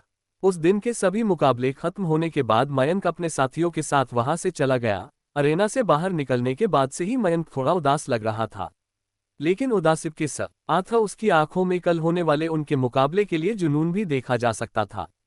वो दिन खत्म होने के बाद अगले दिन सभी लोग एक बार फिर अरेना के अंदर पहुंच जाते हैं आज होने वाले मुकाबलों को देखने के लिए। आज के दिन का पहला मुकाबला मयंक की टीम और रावत परिवार के योद्धाओं के बीच होने वाला है। मयंक भी एक कुर्सी पर बैठकर अपना मुकाबला की बारी आने का इंतजार कर रहा था। इंतजार करते हुए मयंक आज नर्वस लग रहा था। नर्वस होने के साथ मयंक थोड़ा डर हुआ भी था, क्योंकि वो रावत परिवार के योद्धाओं को जरा भी पसंद नहीं करता था। इसकी वजह ये थी क्योंकि मयंक ने रावत परिवार के लोगों को वजह से ही अपने पहले प्यार सोनाक्षी को खोया था। इसलिए ही जब कभी वो किसी रावत परिवार के योद्धा को देखता था या फिर उनके बारे में सुनता था, तब उसको गुस्सा आने लगता था। वही मयंक के साथियों को मयंक को ऐसे देखकर बहुत बुरा लग रहा था। मयंक के रावत परिवार के लोगों से इतनी चिढ़ क्यों थी, ये बात उन सबको भी पता चल गई था, लेकिन फिर भी उन्हें अच्छा नहीं लग रहा था, क्योंकि उन्होंने हमेशा ही मयंक को हंसते और मुस्कुराते हुए ही देखा था। ऐसे ही इंतजार करते करते आखिरकार वो समय आता है जब इस दिन का पहला मुकाबला शुरू होने जा रहा था। वो पहला मयंक की टीम और रावत परिवार के योद्धाओं के बीच में ही था। इसलिए जब पहला मुकाबला का ऐलान हुआ तब 5 लड़के अरेना के अंदर आ जाते हैं। वो 5 योद्धा जो अभी अभी उस अरेना के अंदर आए थे वो कोई और नहीं, वही 5 योद्धा थे जिनके साथ आज मयंक और उसकी टीम का मुकाबला होने वाला था। उन 5 लड़कों के अरेना के अंदर आया देखने के बाद मयंक भी अपने जगह पर खड़ा होते हुए अपना भाला अपने पीठ पर टांगता है, जिसके बाद अभिलाष और बाकी सबके साथ अरेना की तरफ बढ़ने लगता है। वही अरेना की तरफ उन 5 लड़कों को जाते देखकर उस मुकाबले को देख रहे लोगों के बीच बातें शुरू हो जाती है और वो लोग अरेना के अंदर खड़े सभी योद्धाओं और अरेना के अंदर जा रहे मयंक की टीम के बारे में चर्चा करने लगाते हैं। वही अरेना के अंदर बने हुए उस ऊंचे से मंच पर बैठे लोग अभी अब तक मयंक के बारे में सब कुछ जान चुके थे और उन्होंने अब तक के इस प्रतियोगिता में मयंक के लिए प्रदर्शन को भी जान चुके थे, इसलिए ही वो सभी मयंक को इस मुकाबले के अंदर भी अच्छा प्रदर्शन करने का उम्मीद कर रहे थे। खैर जल्द ही मयंक और उसके साथी उस अरेना के अंदर पहुंच जाते हैं और जाकर अरेना के अंदर खड़े उन लड़कों के सामने खड़े हो जाते हैं।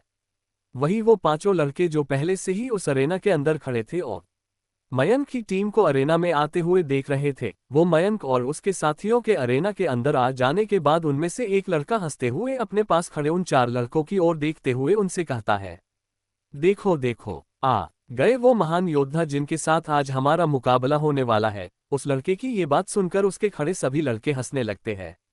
इस लड़के की बात को मयंक और उसके साथियों ने भी सुना था, इसलिए अभिलाष अपनी आवाज में थोड़ी गुस्सा लाते हुए उस लड़के से बोलता है, राजीव बहुत दिन हो गए तेरे साथ मुकाबले किए और तुम्हें हराए।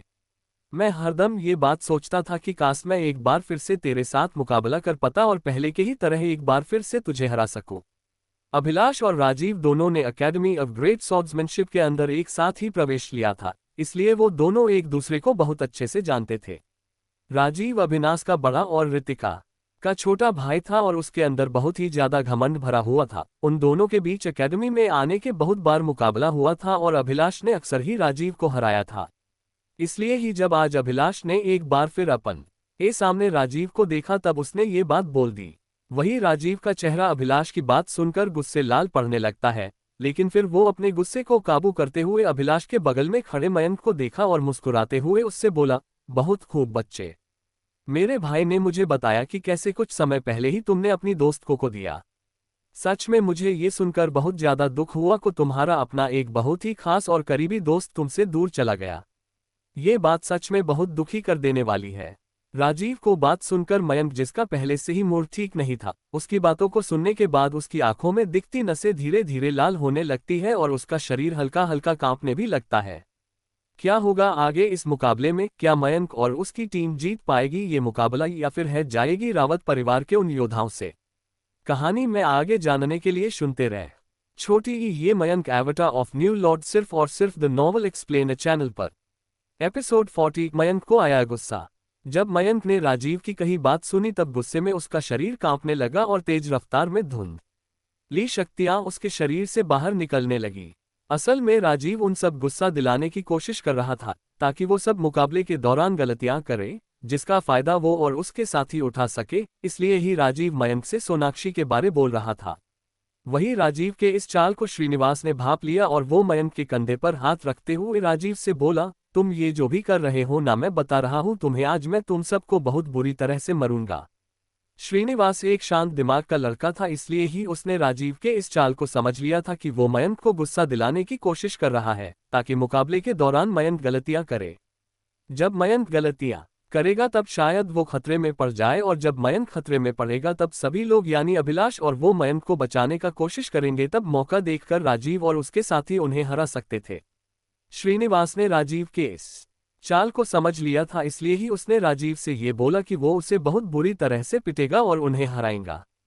श्रीनिवास की ऐसी बातों को सुनकर राजीव डरने का नाटक करते हुए बोला, माँ, मैं तो डर गया, देखो मुझे, मैं तो सच में डर गया। इतना कहने के बाद वो और उसके पास खड़े सभी लड़के जोर जोर से हंसने लगते हैं।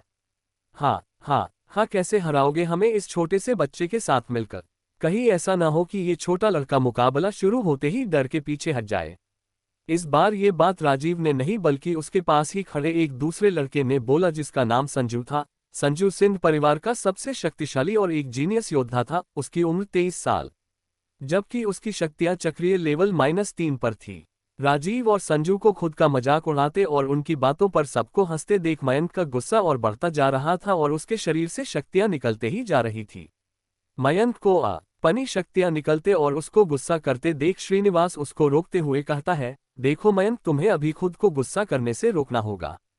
ये लोग चाहते ही यही है कि तुम गुस्सा करो, लेकिन तुम्हें खुद को संभालते हुए अपने गुस्से और अपनी नफरत को खुद पर हावी होने से रोकना होगा। जब राजीव और संजू ने देखा कि मयंक को गुस्सा आ रहा है और वो उनकी चाल में फंस रहा है, तब वो दोनों एक दूसरे की तरफ देखे और मुस्कुराते हुए मयंक से बोले, काश कि ये शक्तियां उस वक्त तुम्हारे पास होती, तब शायद तुम अपनी उस प्रेमिका को बचा सकते थे। लेकिन अफसोस कि तुम उस वक्त एक कमजोर लड़के थे, और भले ही आज तुम्हारे पास शक्तियां हैं, लेकिन फिर भी तुम पहले के ही तरह आज भी एक कमजोर लड़के हो और भविष्य में भी रहोगे। राजीव और संजू को अपनी बातों से मयंक को गुस्सा दिलाते देखकर अभिलाष भी अब समझ गया कि वो लोग क्या करने की कोशिश कर रहे हैं।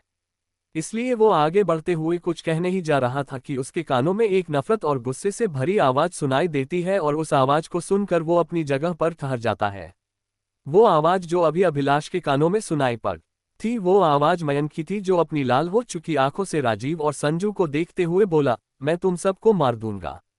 मयंक ने बस इतना ही कहा था, लेकिन उसके इतना कहने भर से सभी को अपने आसपास एक बहुत ही खतरनाक और खूंखार शक्ति की मौजूदगी महसूस होने लगी।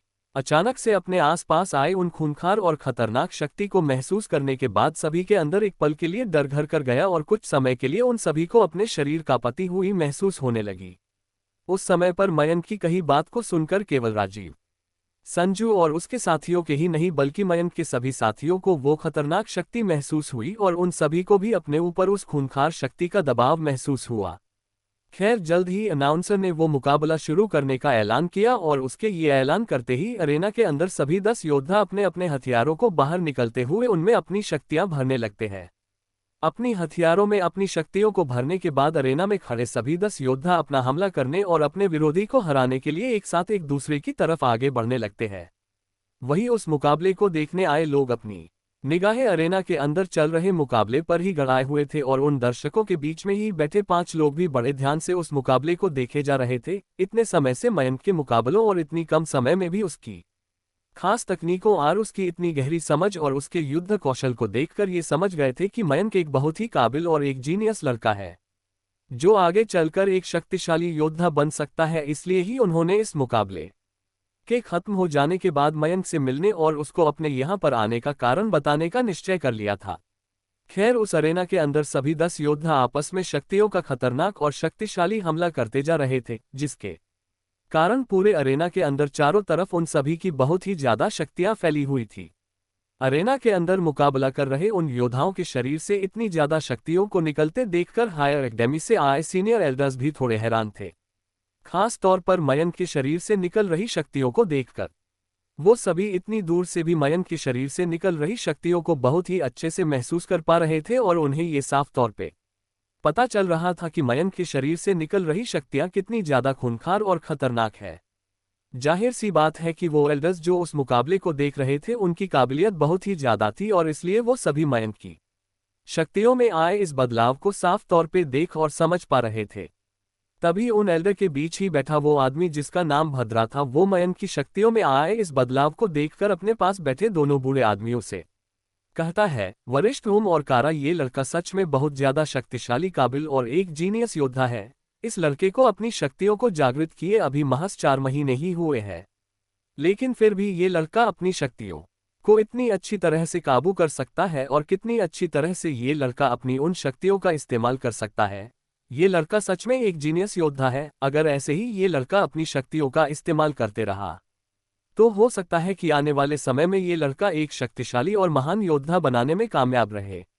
भद्रा की बात को सुनकर वो दोनों बूढ़े आदमी जिनका नाम ओम और कारा था अपना सिर हाँ में हिलाते हैं, जिसके बाद वो दोनों बूढ़े आदमी कुछ सोचते हुए कहते हैं, ये लड़का सच में एक जीनियस है, बिल्कुल अपने उस बड़े भाई और उसके उस दोस्त की तरह जिन्होंने पिछली बार की हुई रैंकिंग टेस्ट में लगातार 15 साल से नंबर -1 पर रह रहे नौश एरा को हराकर पहला स्थान, जबकि वो दूसरा लड़का अपना जगह 5th नंबर पर बनाने में कामयाब रहा था।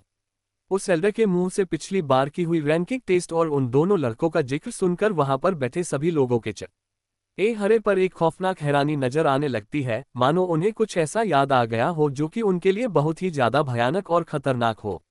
उस एल्डर की बात को सुनने के बाद उन सभी के बीच में बैठी औरत जो हमेशा शांत और कॉम रहती थी, उसके चेहरे पर भी हल्का हल्का डर नजर आने लगता है और वो औरत अपनी किसी गहरी सोच में कहीं खो जाती है। वही एल्डर ओम और कारा भी अपनी उन बीते समय के यादों को याद करते हुए मन ही मन कहते हैं, नहीं, वो लड़के उस रैंकिंग टेस्ट के बाद ही कहाँ गायब हो गए और उन दोनों लड़कों को ढूंढने आए वो रहस्यमयी औरत और उसके साथ आए वो लोग कौन थे। उन दोनों को ये सोचने भर से ही उनके चेहरे पर डर और माथे पर पसीना नजर आने लगता है। सभी एल्डर के बीच हो रही इन बातों से अलग अरेना के अंदर का माहौल अब पूरी तरह बदल चुका था। पूरे अरेना में अब चारों तरफ योद्धाओं के शरीर से निकली केवल शक्तियां ही शक्तियां दिखाई दे रही थी, जिसके बीच 10 योद्धा आपस में लड़ रहे थे। अभिलाष और श्रीनिवास ये दोनों ही उस दूसरी टीम के राजीव और संजू के साथ, जबकि केशव भी उस टीम के एक ताकतवर योद्धा जिसकी शक्तियां भी चक्रीय लेवल -3 पर थी उसके साथ लड़ रहा था। जबकि मयंक और जितेंद्र दोनों उस टीम के बाकी दोनों योद्धाओं के साथ लड़ रहे थे। मयंक जिस योद्धा के साथ लड़ रहा था वो योद्धा रावत परिवार का वो दूसरा योद्धा था जो कि उस टीम में शामिल था। मयंक अपने भाले की मदद उस योद्धा पर बिना रुके बस हमला करते ही जा रहा था। उस समय पर मयंक को अपने साथ लड़ रहे योद्धा पर बिना रुके हमला करते देखकर उस मुकाबले को देखने वाले सभी लोगों को लग रहा था कि मयंक अपने विरोधी पर पूरी तरह से हावी है। लेकिन सच तो कुछ और ही था, क्योंकि अरेना के अंदर लड़ रहे सभी योद्धा ये साफ साफ देख पा रहे थे कि मयंक के वो सारे हमले बेकार है, क्योंकि मयंक बिना कुछ सोचे बस अपने विरोधी पर अपना हमला करते जा रहा था। जबकि मयंक के साथ लड़ रहा वो लड़का बड़े ही आसानी से मयंक के सभी हमलों को रोकते हुए विफल करते जा रहा था, जिसकी वजह से धीरे धीरे करके मयंक की सारी शक्तियां खत्म होती जा रही थी। श्रीनिवास, अभिलाष, केशव और जितेंद्र इन चारों ने ही अपने मुकाबले के साथ साथ मयंक के ऊपर भी अपना ध्यान बनाए रखा था, ताकि मयंक जब मुसीबत हो और उसको बहुत बुरी तरह से चोट लगने वाला हो तब वो सभी मयंक को घायल होने से बचा सके। उन सभी ने देखा था कि कैसे राजीव और संजू ने मिलकर जानबूझकर मयंक को गुस्सा दिलाया ताकि वो मुकाबले के दौरान अपनी शक्तियों को जितनी जल्द हो सके खत्म कर दे और उनके प्लान में फंस जाए। कहीं ना कहीं उनका ये प्लान कामयाब हो ही गया था, क्योंकि मयंक की शक्तियां बहुत ही तेजी कम होती जा रही थी और उन्हें मयंक धीरे धीरे करके कमजोर पड़ता हुआ नजर आ रहा था। मयंक को कमजोर पड़ते केवल वही नहीं बल्कि अभिलाष और उसके साथी भी देख पा रहे थे, इसलिए ही उन सभी का ध्यान अपने साथ मुकाबला कर रहे योद्धाओं से जरा हट गया। जब संजू और राजीव ने देखा कि अभिलाष और श्रीनिवास का ध्यान उनके मुकाबले से हटा हुआ है तब उन्होंने इसका फायदा उठाते हुए उन दोनों पर एक साथ अपना हमला कर दिया, और क्योंकि उन दोनों का ध्यान मयंक पर था इसलिए उन्होंने अपने ऊपर हुए उन हमलों से नहीं बच पाए और लड़खड़ाते हुए दूर जा गिरते हैं। उन दोनों को ही वो मला लगने की वजह से उन दिनों को चोट आई थी और उन दोनों के मुंह से खून निकलने लगा। खुद को लगे उन चोटों से अभी अभिलाष और श्रीनिवास ने खुद को संभाला भी नहीं था कि तभी उन दोनों के कानों में केशव की दर्द से भरी चीख सुनाई देती है। जब उन दोनों ने उस तरफ देखा तो उन्हें केशव घायल हुआ दिखाई देता है, जिसके मुंह, पीठ और पैर पर खून लगा हुआ था। मयंक भी केशव को देखने के लिए अपनी नजरें घुमाता है और उसे दिखाई देता है कि शव के साथ लड़ रहा योद्धा उसको पीछे करने के बाद तेजी से आगे बढ़ते हुए केशव के पास पहुंच जाता है, जिसके बाद वो लड़का केशव पर अपना आखिरी हमला करने के लिए अपना चाबुक ऊपर हवा में उठता है। लेकिन इससे पहले का बड़ी ही वो लड़का केशव पर अपना हमला कर भी पता वहां पर उस बैटल अरेना के अंदर एक आवाज गूंजती है और वहां पर दो बहुत ही शक्तिशाली शक्तियों का ऑरा महसूस होने लगता है। अरेना के अंदर आए इस अचानक बदलाव को देखकर केश वह पर अपना हमला करने रुक जाता है और उस लड़के की आंखें हैरानी में बड़ी हो जाती है, जिसके बाद वो लड़का बिना देरी किए बहुत ही तेजी पीछे हटते हुए वहां देखने लगता है जहां से वो शक्ति निकल रही थी। कौन सी शक्ति? छोटी ही शाली महसूस होने लगी थी सबको, और क्या होने वाला था आगे इस मुकाबले के दौरान? आखिर कौन से लड़के के बारे में सोचकर डर गए थे सभी सीनियर एल्डर्स, और कौन सी रहस्यमयी औरत आई थी वहां उस हायर अकेडमी के अंदर? कहा नी मैं आगे जानने के लिए सुनते रहिए Mayank avatar of new lord सिर्फ और सिर्फ द नॉवल एक्सप्लेन चैनल पर। वीडियो पसंद आए तो लाइक करें और अपने दोस्तों के साथ शेयर करें, और हमारे पॉकेट नॉवल पर बेहतरीन कहानियां का आनंद उठाए। लिंक डिस्क्रिप्शन में दिया गया है, और हाँ टेलीग्राम का भी लिंक डिस्क्रिप्शन में है, तो जरूर ज्वाइन करें ताकि आप हमारे अपडेट सबसे पहले पा सकें। आपका सपोर्ट हमारे लिए बहुत महत्वपूर्ण है, इसलिए हमारे साथ जुड़े रहें और हमारी यात्रा में हिस्सा बने।